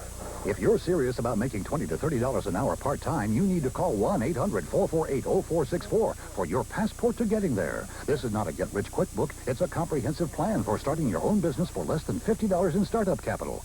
Your passport to getting there shows you how to start not one, but 4 separate businesses. It details vital information on legal structure of your business, federal, state, and local requirements, your business office setup, sources for expert advice, management techniques, plus, as a free bonus, a business startup that puts together several successful $20 to $30 an hour part-time careers. Plus, you get a double your money-back guarantee for 1 whole year. For only $39.95 plus $4 shipping, you'll give yourself and your family the added security they deserve. With your passport to getting there, you simply can't lose. Call now, 1-800-448-0464, extension 1159, for your passport to getting there. Or send check or money order to the address on your screen.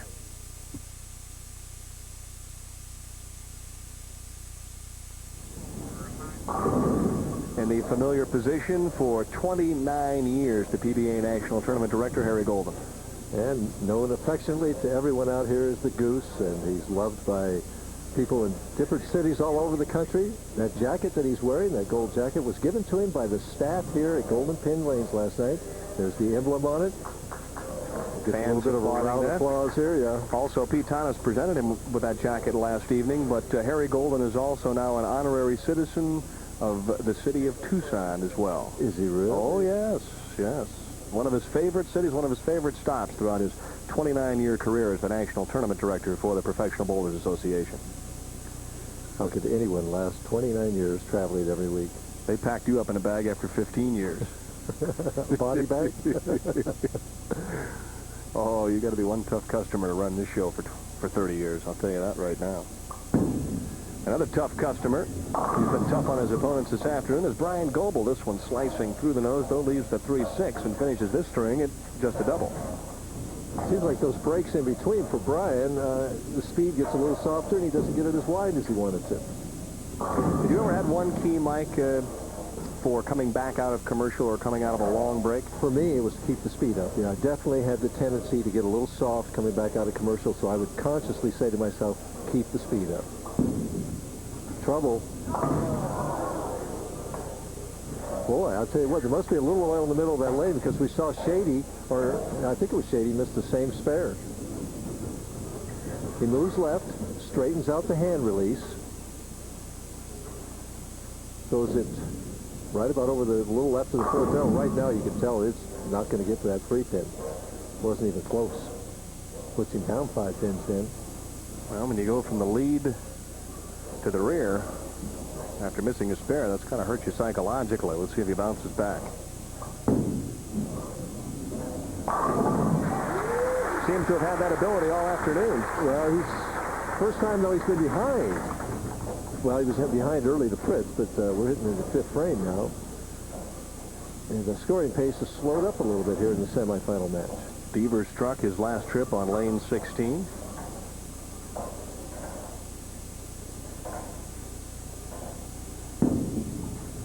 A little more roll on this shot, and I think Scott felt like that one should have been an X. Well, actually, Scott's, only have 1 ball out of the pocket in 5 frames. He just only has 1 strike to show for it. And every professional bowler knows that feeling. Well, really, when you come right down to it, it's pin carry in the end, Mike. For the most part, yeah. Sure. It comes down to carry. Once you learn how to hit the pocket, once you get the right reaction, right angle, right equipment, then you just need a little luck. It's amazing. You trip out a 6 or a 4 or a 7 or a 10, and you start thinking, hey, I can strike, and the arm loosens up, the hand loosens up. Well, it's like any other sport, when the confidence level goes up, the ability goes up. And then it seems like good things happen to you. Or the reverse, when you get a little locked up. Like you on the golf course. Like me on the golf course, right. Yeah.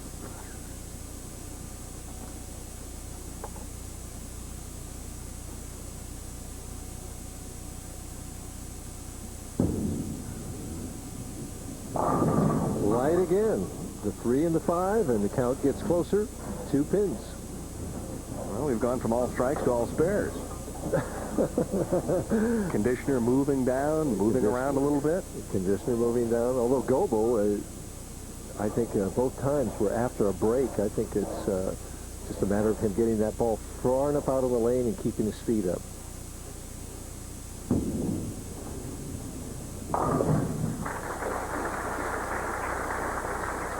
Two-pin match. Scott Devers leading by a deuce, as Bryan Goebel could take the lead back here, though, with a double in the sixth. This seems to have been his best lane, lane 16, over the previous two games. The thing that's really unusual, you don't see it as well from this angle, very closed, over-closed shoulders, and he points his feet to the left.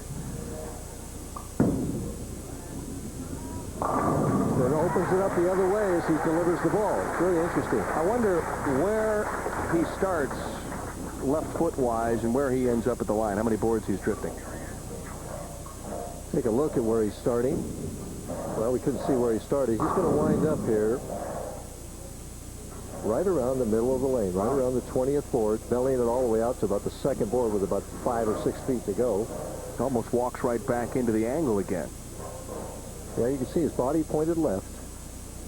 He's starting right of 20, Dan, and then comes back. He walks left and then comes back. Whatever he does, it's working. So a turkey now for Goebel, who is in the process of heading to the title match.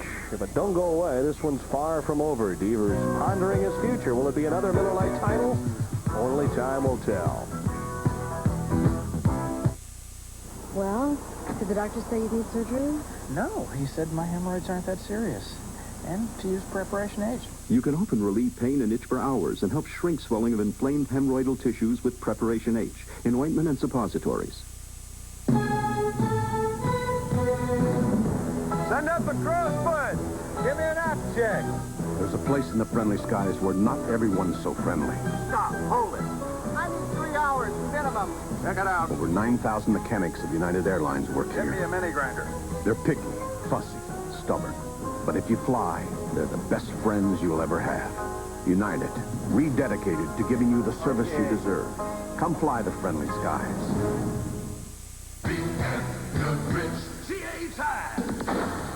They perform like great athletic shoes. BF Goodrich TA tires, the athletic shoes for your car. BF Goodrich TA tires. Sunday night, the surging Giants are running on willpower, battling back in the race for the NL West crown. The Giants face the Cardinals on Sunday Night Baseball, live at 8 Eastern on ESPN. Next Thursday night, the PBA Senior Tour heads back to the Midwest to Olympia Lanes in Hammond, Indiana for the championship round finals of the $50,000 Hammond PBA Senior Open, live 7:30 p.m. Eastern Time, 4:30 p.m. Pacific Time. And it's a 40-lane center with automatic scoring. Very pretty center. Brand new. I think just a couple of years old. The ladies tour has already had a stop there as well, so I've had a chance to enjoy that center. It's marvelous. Devers down by 18, trying to close the gap, and can't quite find the range on 16. He told me earlier in the practice balls that he had hold on lane 16. In other words, he felt like he could get this ball a little bit right of the target and it would hold pocket. He seems to have lost that. Left the 6-pin last time. The ball crept high for the 6-10 now, although the speed was soft there.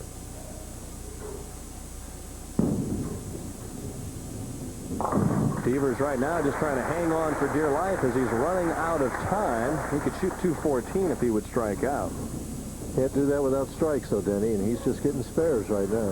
1 strike in 7 frames. He's got to start right now. And Goebel, who has averaged 9 strikes per game in the first 2, is on pace again.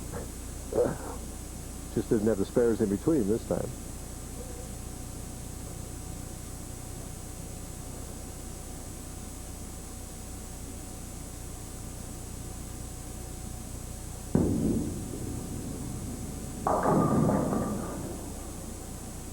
Ball's just finishing so hard at the end that Scott, used to his ball going straighter, is a little confused with making that snap at the end. Hasn't been able to adjust. Devers averaged 10 pins per game higher when he won this tournament back in 1987 than he did this week. And there he leaves the 610 there. Before, twice he left the 3-5. I think just the adjustment you try and make, you don't make it up and make that move. As you see his ball creeping high here. Breaking up the split, leaving only the 610. You see the difference there with the pin decks, those phenolic pin decks and the wood pine lane there.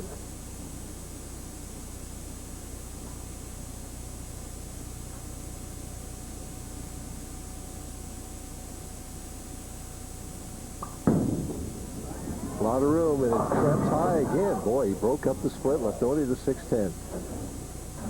Big break there in the 8th for Goebel, who could have been staring at perhaps the big 4. Similar shot to the first frame where he left the big 4.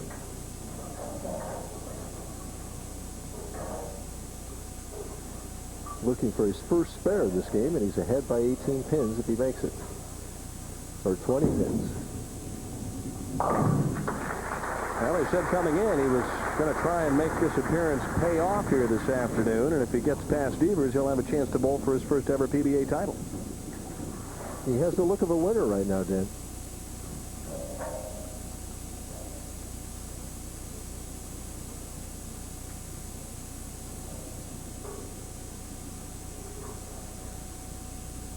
Ninth frame action.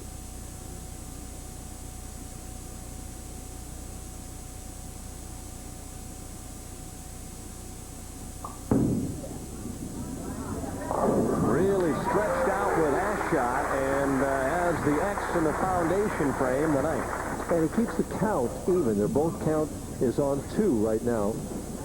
Watch how long his arm seemed on this shot. Comes in light, scrambles those pins around. Devers has to strike here, Dan.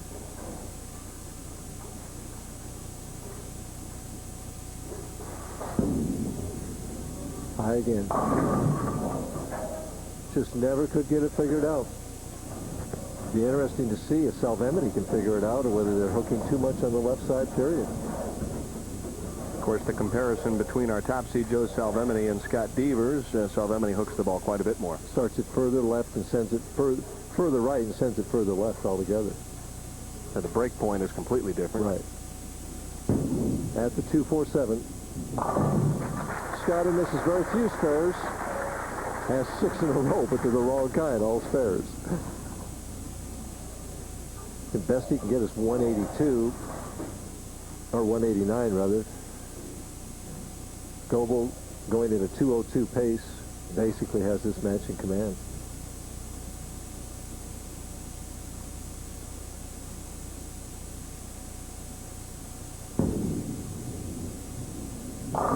Now this one goes long and doesn't roll up to the pocket, so it's an in-between afternoon for Scott Devers. Yeah, it's just the worst feeling in the world for a professional bowler, that you give it a board room and you leave that 3-5-6 and you move a board to the left and then it creeps high. You don't know what to do.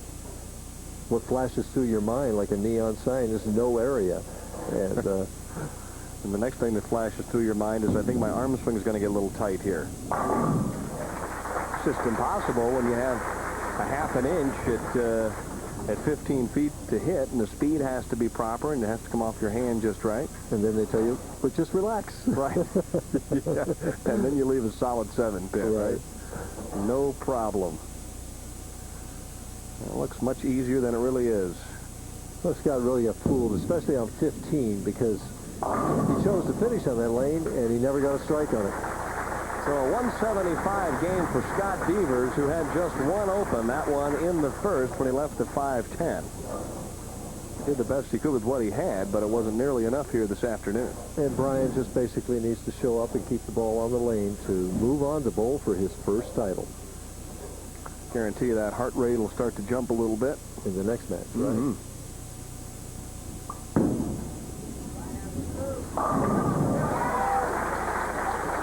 He needs to practice a little bit on this shot, Dan. He just has lost lane 16.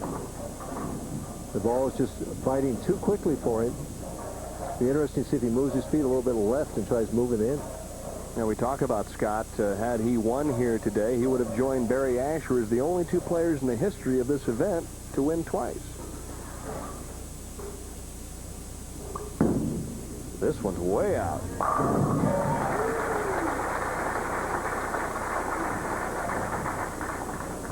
It's interesting. Bowlers like Bryan and Leno Monticelli sometimes seem to make their adjustments by drifting a little bit further left in their approach.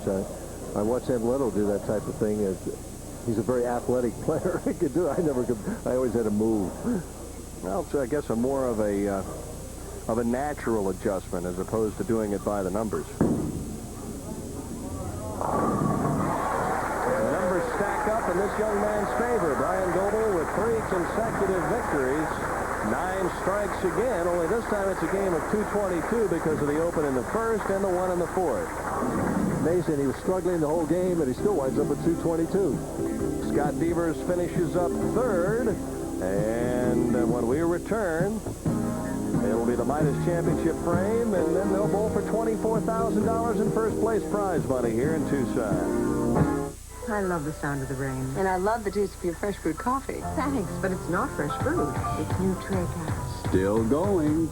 Nothing outlasts the Energizer. They keep going and going and going. The total number of cheese puffs that you've eaten during championship wrestling and church picnics would add up to one profound puff. But you still wouldn't have a taste as big as these little Gino's pizza rolls.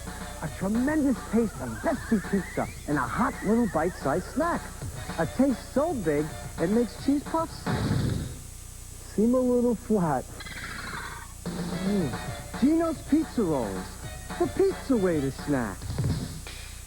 Hey, I'm Steve Mizrak, the master of the green felt. Now I'm trying to master the bowling game. I'm going home and watch Bryan Voss's How to Bowl Your Best. I know it'll improve my game, and I hope it'll improve your game. But I'm still having a problem making the 8 ball in the side pocket. Having trouble with your game, want to roll more strikes, pick up more spares, beat your competition? This tape is for you. Bryan Voss, pro winner of 8 national championship titles, teaches you how to bowl your best. You'll learn everything you need to know about how to bowl to beat your competition. Bowl more strikes, win more games.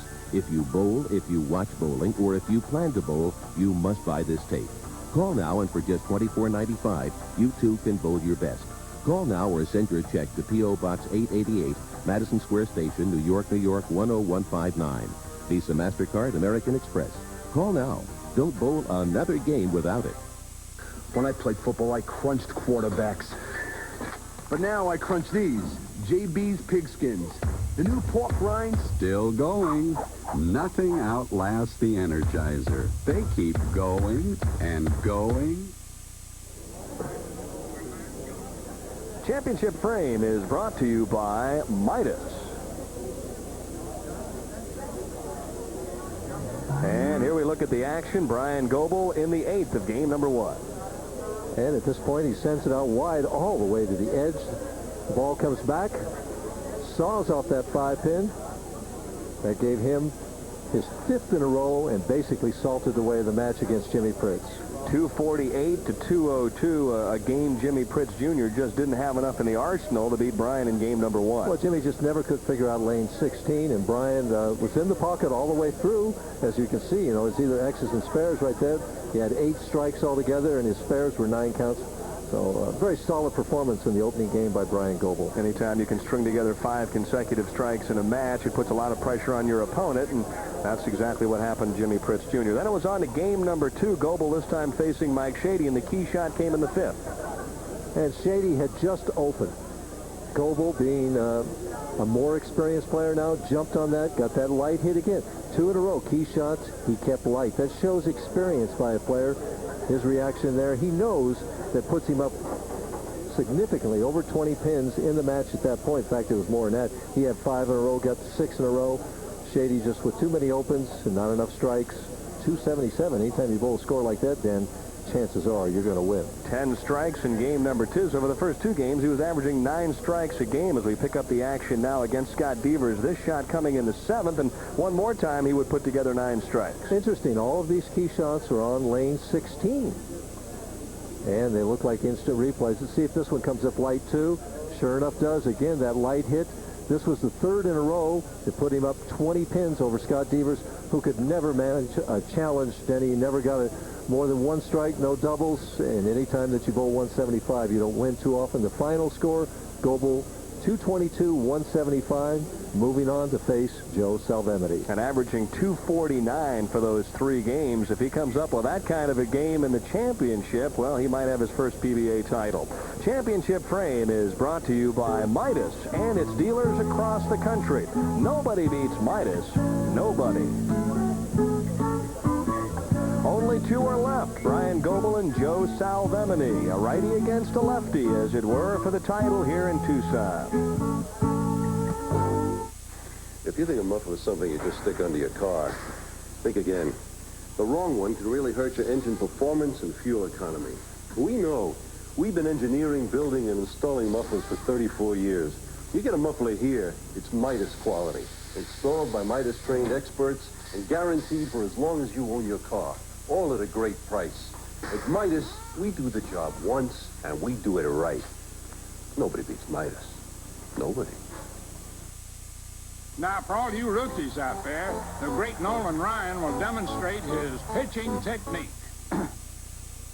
The Bic Metal shaver, because I want to look as good off the mound as on. Before the game, it's Bic Metal.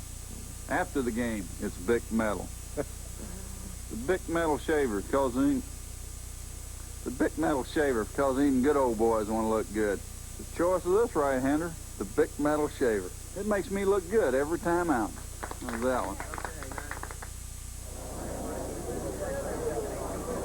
Our top seed, Joe Salvemini, finishing up with his practice tosses here on lane 15 and 16. What's going through his mind? Goebel's averaging 249. Well, I don't think he's that concerned with Goebel so much as he is trying to find his own line. He knows that Goebel has gotten a lot of what we would call fortuitous strikes in these 3 games. And he knows if he can get out there and shoot 220 or 230, he can put some pressure on Goebel. Now you see Goebel on the practice pair getting his opportunity to throw some shots. Let's review. Back 29 years, we've mentioned the fact that PBA has come here to Tucson each and every year. The great one, Don Carter, winning the very first title in '62. Jack Biondelillo with a title in '63. Allison's, Harry Smith, Johnny got the Good Guy Award winner. John Jr., a fellow I knew years ago in the San Fernando Valley, and Timmy Harahan grew up there too. Terry Booth that year came from 3rd to 1st in 1969 to win that. Larry Lobb got his first title here. And Jim Godman, a Hall of Famer, one of his victories back in '71. Paul Caldwell. Boy, look, this is like a who's who of the PBA. And, of course, Caldwell, who lives right here in Tucson. Asher, the first of his 2 victories. Wait a minute, in white, Mike Durbin, obviously a giveaway there in '82. Well, Nelson Burton couldn't carry that game, so I slid in there and happened to win one. Hugh Miller in '83. Ron Palumbi won his first ever title here in '84. When Ozio won, he beat you in '85, right? Well, I showed up to the match. I mean, I don't know if he won or I just defaulted. Well, who could ever forget the show that Husted put on here in '86? I think he averaged about 250 winning 4 matches. He's doing about what Goebel did here this afternoon. Right. Outstanding performance by David. He's had many of those. And, of course, Ambletto Monticelli last year giving us an outstanding performance. Ambletto, I think, last year throughout the 42 games had 300 games, a couple of 299. So it was a big year for Ambletto last year. He cashed this year. I think he finished 36th. As we look at Bryan Goebel finishing up his practice tosses here at Golden Pin Lanes. All right, we haven't done much of this this year, but how about a pick here in the title match? It's pretty hard not to go with the guy in blue. Well, I tell you, I hate to put the whammy on either one of these 2 guys, you know, but how can I go against Bryan Goebel? He's won 3 matches. He has to keep his line on lane 16. Keep that speed up and make sure that he can hit 16, but I think he's going to win his first title. Let me ask you this, Mike. Do you think at this point in time that Salvemini realizes that Goebel has a great lane in 16? I don't know what Joe's think. I think Joe's approaching it from the standpoint that he's going to pick his best lane to finish on, and whatever that is, let the chips fall what may, bowl the best score he can, and whatever Goebel shoots is what he shoots. This is the 10th frame. Goebel had struggled on 16. He moved to the left a little bit, it appeared, and threw it further right. wound up with the strikes. He's gotten so many light hits today. That's where he needs to keep it in the championship game.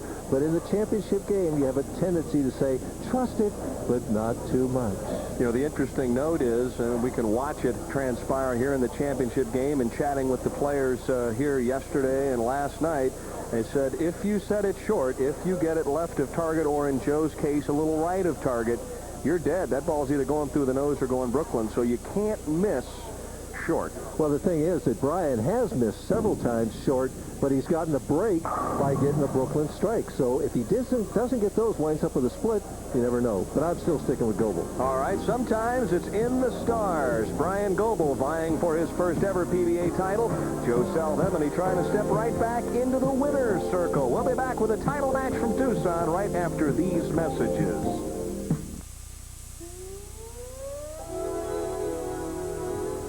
An insurance policy is a promise, a written promise that's made between the insurance agent, the insurance company, and the insured. And we find when it comes time to make good on that promise, when calamity strikes in somebody's life, the Donegal's always been there for us and for the insured to make sure that promise is kept at that time. That's what they paid for, and that's what we deliver. Donegal really wants your business. Whether in competition or just for fun, sports can help shape a life.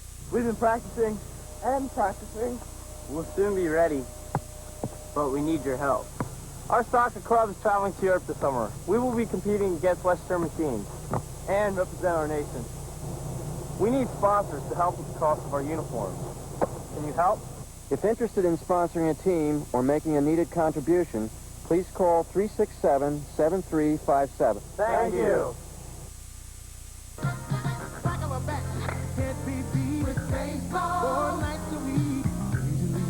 Under the lights, ESPN baseball tonight. Tuesday, Friday, doubleheader. Wednesday, nothing better. Catch it Sunday, watch the fun. Sunday night, The Giants take on the Cardinals on Sunday Night Baseball, live at 8 Eastern on ESPN. baseball tonight. After the wait, there's the handshake. Only two remain. Salvemini trying to win title number 4. Finished second a couple of weeks ago in Fresno and doesn't want to do it again.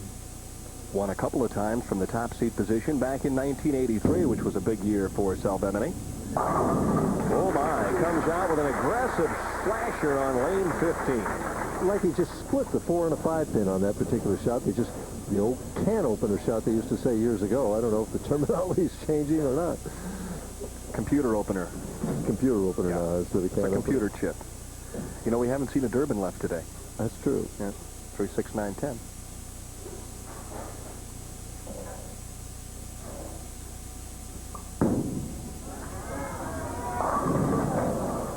Speak of the devil, he almost had. He had the 310. Again, just a struggle on 16 right now.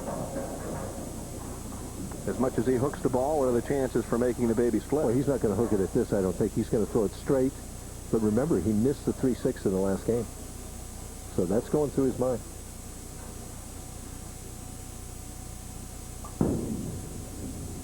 Too full. You can see him tug it a little bit. Right, that was because he missed that 3-6 earlier. He didn't know what the ball was going to do. When you have that doubt in your mind, you don't always make the shot the way you want to. So if he's to win here this afternoon, now it will be a come-from-behind effort. And an effort in which he has to figure out 16.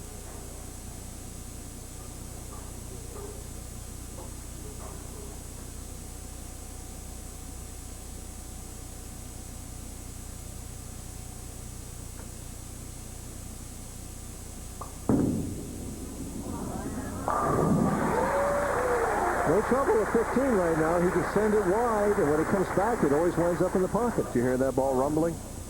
I heard the pop of the fingers. I heard it rumble over the thumb hole. A little bit. Again, that high roll.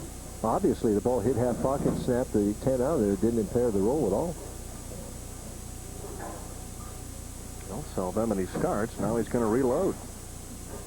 And he could be going over the 25-second time frame.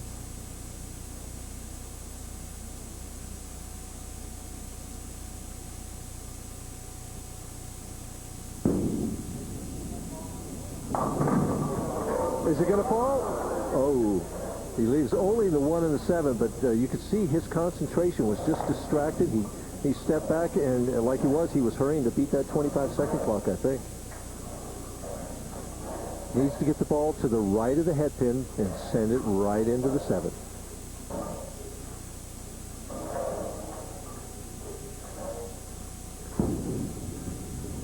Too much. Missed by a fraction. So both players have now opened up in the early stages of the title game. Well, watching him here, something's wrong. He felt something on the bottom of his foot or something. Yeah, he wipes off the bottom of his, see, that's his sliding foot. So you have to be sure that you're going to slide. And now he's rushing the shot to beat that clock. The worst thing that could have happened to him. Well, let's see if he can gather his wits. That one is a tug shot as well. He leaves the baby split on the other side, the 2-7. So right out splits basically in the first two of the first 3 frames for Salvemini. Needs to make this to keep himself close. Well, last week we saw Ski Feremski go over the 25-second limit. Cost him 5 pins. Big difference between the National Tour and the PBA Senior Tour in that ruling. Well, the ruling here is $100 the first time, although he did not go over. And then $1,000 the second violation. Nice conversion. Interesting. He threw his normal shot at that, did not straighten it out. Well, most right-handers shooting at the 310 straighten it out. See the ball hook into this. Hits the 2-pin on the left, deflects into the 7, perfectly made.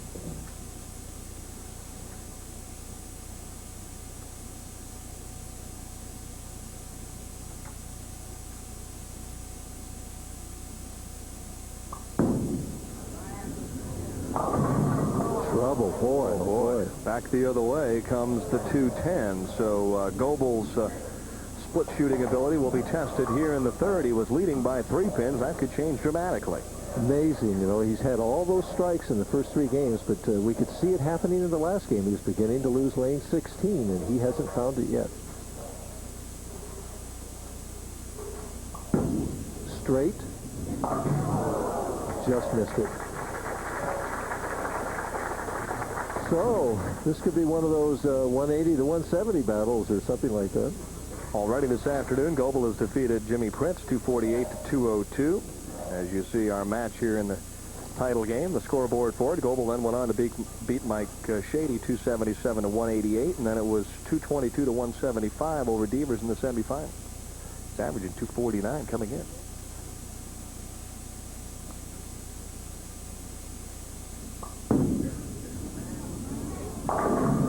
For the afternoon, his 13th strike on lane 15 as he trips out the ball. And that ball rolled out right at the pocket, Dan, or he had double pinochle on that one. I'll tell you what, the possibility of going through his mind would be switching balls, but he'll probably decide against it because he's had so much success the previous 3 games. Salvemini trying to get back into the 1-2 pocket. And he did. Pretty shot. Beautiful shot by Salvemini, who would love to double up right here and take a 19-pin lead. Joe, 5-step player, starts with that right foot, kind of creeps up on the foul line. Backswing gets almost shoulder height, right about shoulder height. The slide goes through. It's just a pretty hand release. When he does it right, he throws a lot of those.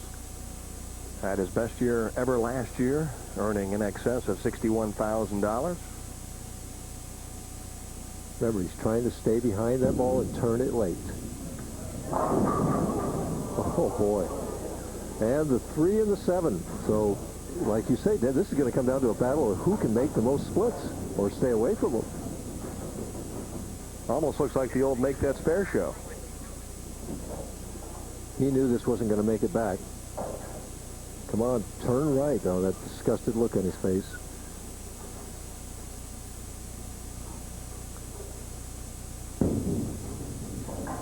Oh, what a shot. That's 2 splits he's made. None for Goebel. Salvemini trying to get the ball to the right of the 3-pin. Again, throwing his normal shot. Doesn't straighten it out. Perfectly made. 2 angles. Have to use that for a tip sometime. Yep. Little flying drop kick as Salvemini reacts to the split conversion. Down by 9 is Goebel, who finds the pocket, though, and doubles up. It's a 1-pin lead. Well, again, the key is lane 16 for Bryan. Bryan's operating under an enormous handicap, though. You selected him. Right. It's a lot of pressure. You think he realizes that? Good thing the players can't hear us down there. Trying for 3 in a row. This would put him up by 11.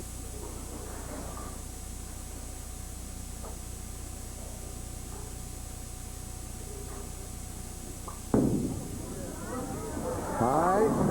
And breaks up the split. Just not the firm speed that time. He's got to throw that ball hard or it bites too quickly. If he strokes it at all, it's just biting 3-4 feet too quickly.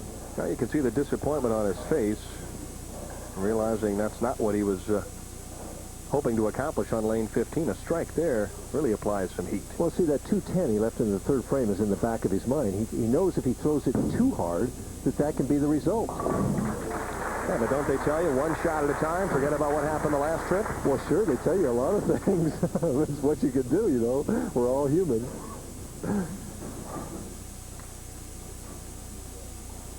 Even match.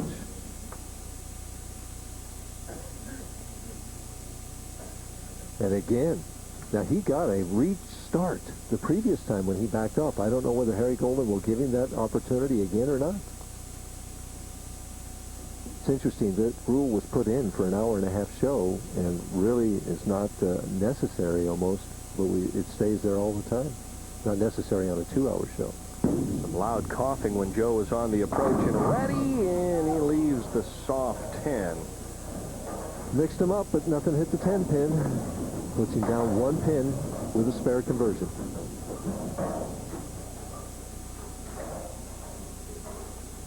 Kim Douglas, pretty gal. She's enjoying it. Win or lose, right? A lot more fun if you win, though. Oh, absolutely.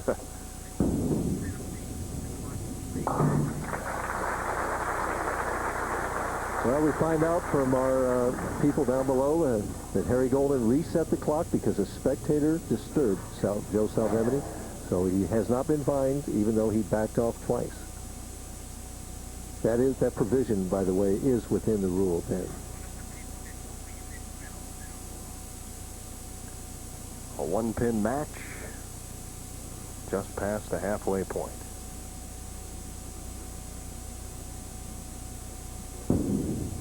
Has to hurry. Oh, my goodness. The 3, 6, 7, 9. And that is his, if you count the washout as a split, that's his 4th split of the game. I always counted the washout as a split, but technically it isn't. He hangs this over the edge. He almost got 0. Almost would have been better off getting 0. This is makeable. You've got to hit the 3 pin so far on the right that the 6 actually goes into the 9 and slides across and makes the 7. Oh, and he missed them all. Wow.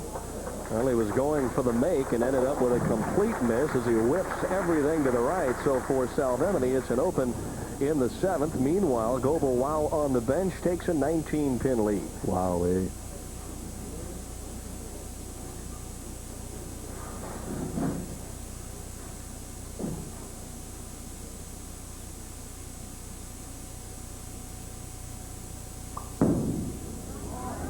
High again. Boy, what a break. Leaves only the 6 pin. He puts his hands down safe. Right now, Bryan knows that he's got this match in hand. He knows that Salvemini has lost. He's just trying actually to force that ball into the pocket 2 or 3 more times. Important thing now, make the spare and head on to the 8th frame. Right.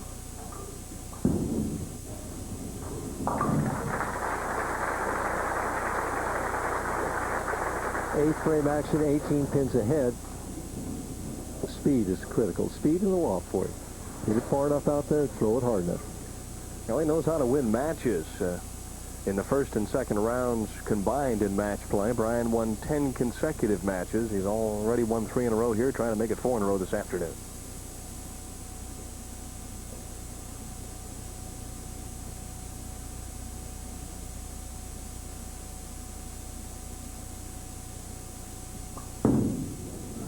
Plenty of room. See that force? I mean, when he forces it at the bottom of that swing out further, it delays that roll enough. And when it makes that big move at the end, you see him jump on that at the end? He snapped that hard. And there's the result. Salvemini could post 197, but he needs to get started right now. Yep.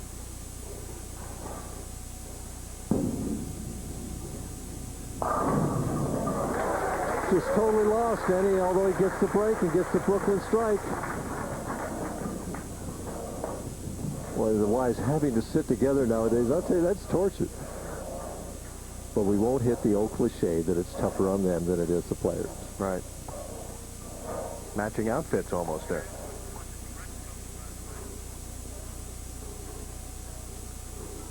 Let's see if he goes with the big hook or throws it harder and straighter. He hooked it. And got it back. Salvemini wondering, where have you been all my life? Well, he talked in the interview about getting those different reactions and hitting the same place. You know, with his swing, it comes back and has a tendency to bump left. Trouble is that when your swing does that, Dan, it has the tendency to want to do it more under pressure.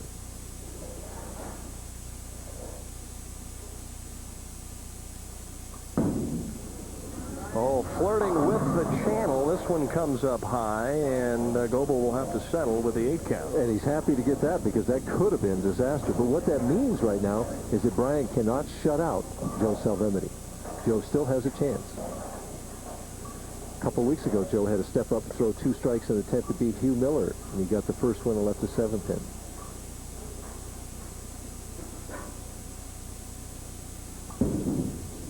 At the 4-7. Smashes him down. The lead is now 8 pins. Count is important. There could be a tie in this match. Anything could happen. And don't forget, coming up next, the U.S. Olympic Festival, track and field, also women's diving, live from Minneapolis, St. Paul, Minnesota. Our continuing coverage on ESPN of the U.S. Olympic Festival. And, of course, next week we'll be in Hammond, Indiana, Michael and I, at 7:30 p.m. Eastern Time for the Hammond Senior Open.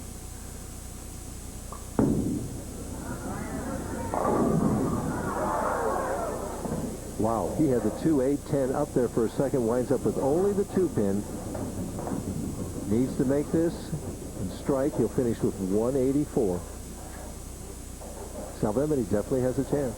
And he has to be thinking back just a couple of weeks ago when he had an opportunity to double to beat Hugh Miller from the top seed position.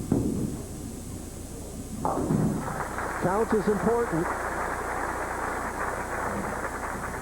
7 pins the difference in this game.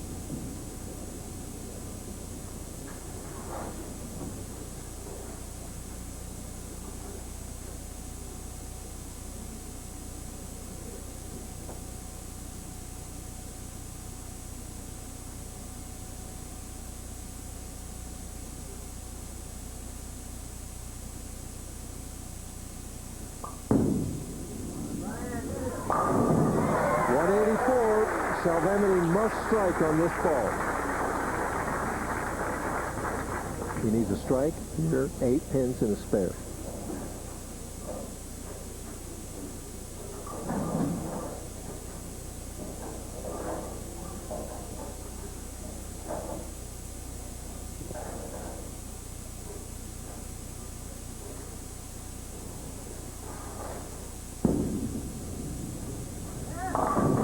That's it. Bryan Goebel is the winner. Joe just couldn't trust it and give it the room under the pressure of the must-strike-win situation. 2 weeks in a row for him from the top seed position, so close to winning a couple of titles, stepping up in the 10th and unable to come up with the shot that he needs to win. And I know you've been there before, Michael. It's not an easy feeling. Well, except for the money, second place is the worst place to finish in the tournament. At least that's always been my opinion. Bryan Goebel said, you know, I have to start making these championship round appearances pay off, and he did so in fine fashion here this afternoon as he wins the $145,000 Miller Lite Challenge. Bryan Goebel and Kelly.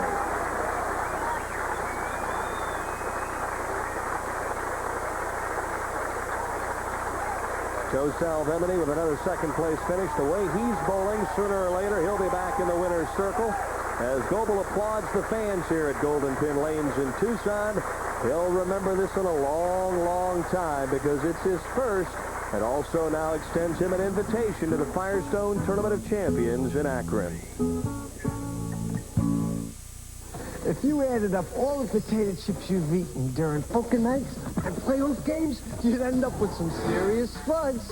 But you still wouldn't have a taste as big as these little Gino's pizza rolls. Ooh, a tremendous taste of zesty pizza and a hot little bite-sized snack.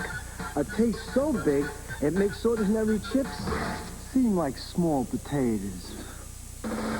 Gino's Pizza Rolls, the pizza way to snack.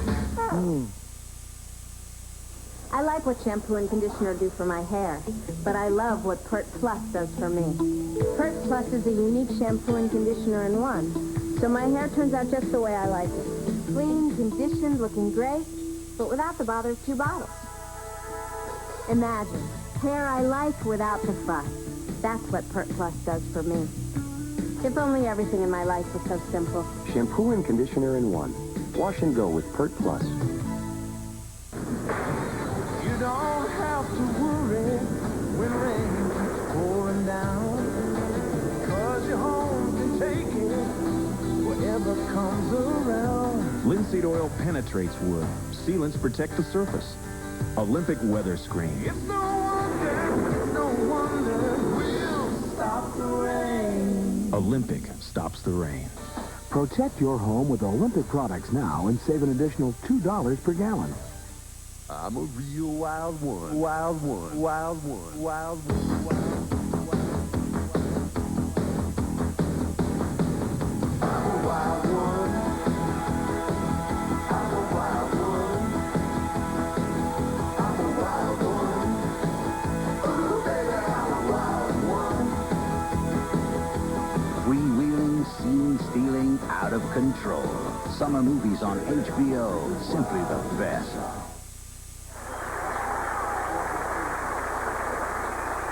The applause is for the Goebels, Kelly, and our latest winner, Bryan. And with a beautiful trophy representing the Miller Lite folks, John Beck. John? Bryan, on behalf of your Forest Tour Stop, Miller Brewing Company congratulates you. And we'd like to present you with this trophy on behalf of the 145,000 Miller Lite Challenge. Congratulations. Thanks, John. Thanks a lot, John. I appreciate it. I want to thank everybody from Miller. They've been great all week long. And Pete, I'd like to thank you, too, because everybody here at Golden Pin has been fantastic all week long. Well, speaking of Pete Thomas, the general manager here at Golden Pin Lanes and an ABC Hall of Famer, you've got a wonderful check, and he tripped the 4 as well as you ever did, Pete. Thank you, Danny. Thank you. Bryan, on behalf of Golden Pin Lanes, the whole Tucson area, Miller Brewing Company would like to present you this check for $24,000. Gotta love that. And also, I'd like to present a real check for another $24,000. Well, that'll go right over here, I guess. So, well, I really want to thank everybody here. I mean, I whine a lot on tour, but I can't whine anymore because I've got something to shut me up now. So, thanks to everybody. You've been great. I'd like to say hello to my mom and dad at home. They've been watching and cheering me on ever since I was 7 years old, so this one was as much for them and everybody else I know that's been supporting me in bowling. So thanks a lot, everybody. Well, he's got that speech memorized very quickly. Kelly, what's it feel like to be in the winner's circle? I don't know. This is really great. It's a dream for both of us. Bryan's living it right now, and I'm just glad to be part of it. And the nice thing is you'll be heading to Akron, Ohio next April to bowl in the Firestone Tournament of Champions. Our latest winner, Bryan Goebel. So long, everybody, from Golden Pin Lanes in Tucson, Arizona. The championship round finals of the $145,000 Miller Lite Challenge have been brought to you by Olympic, the family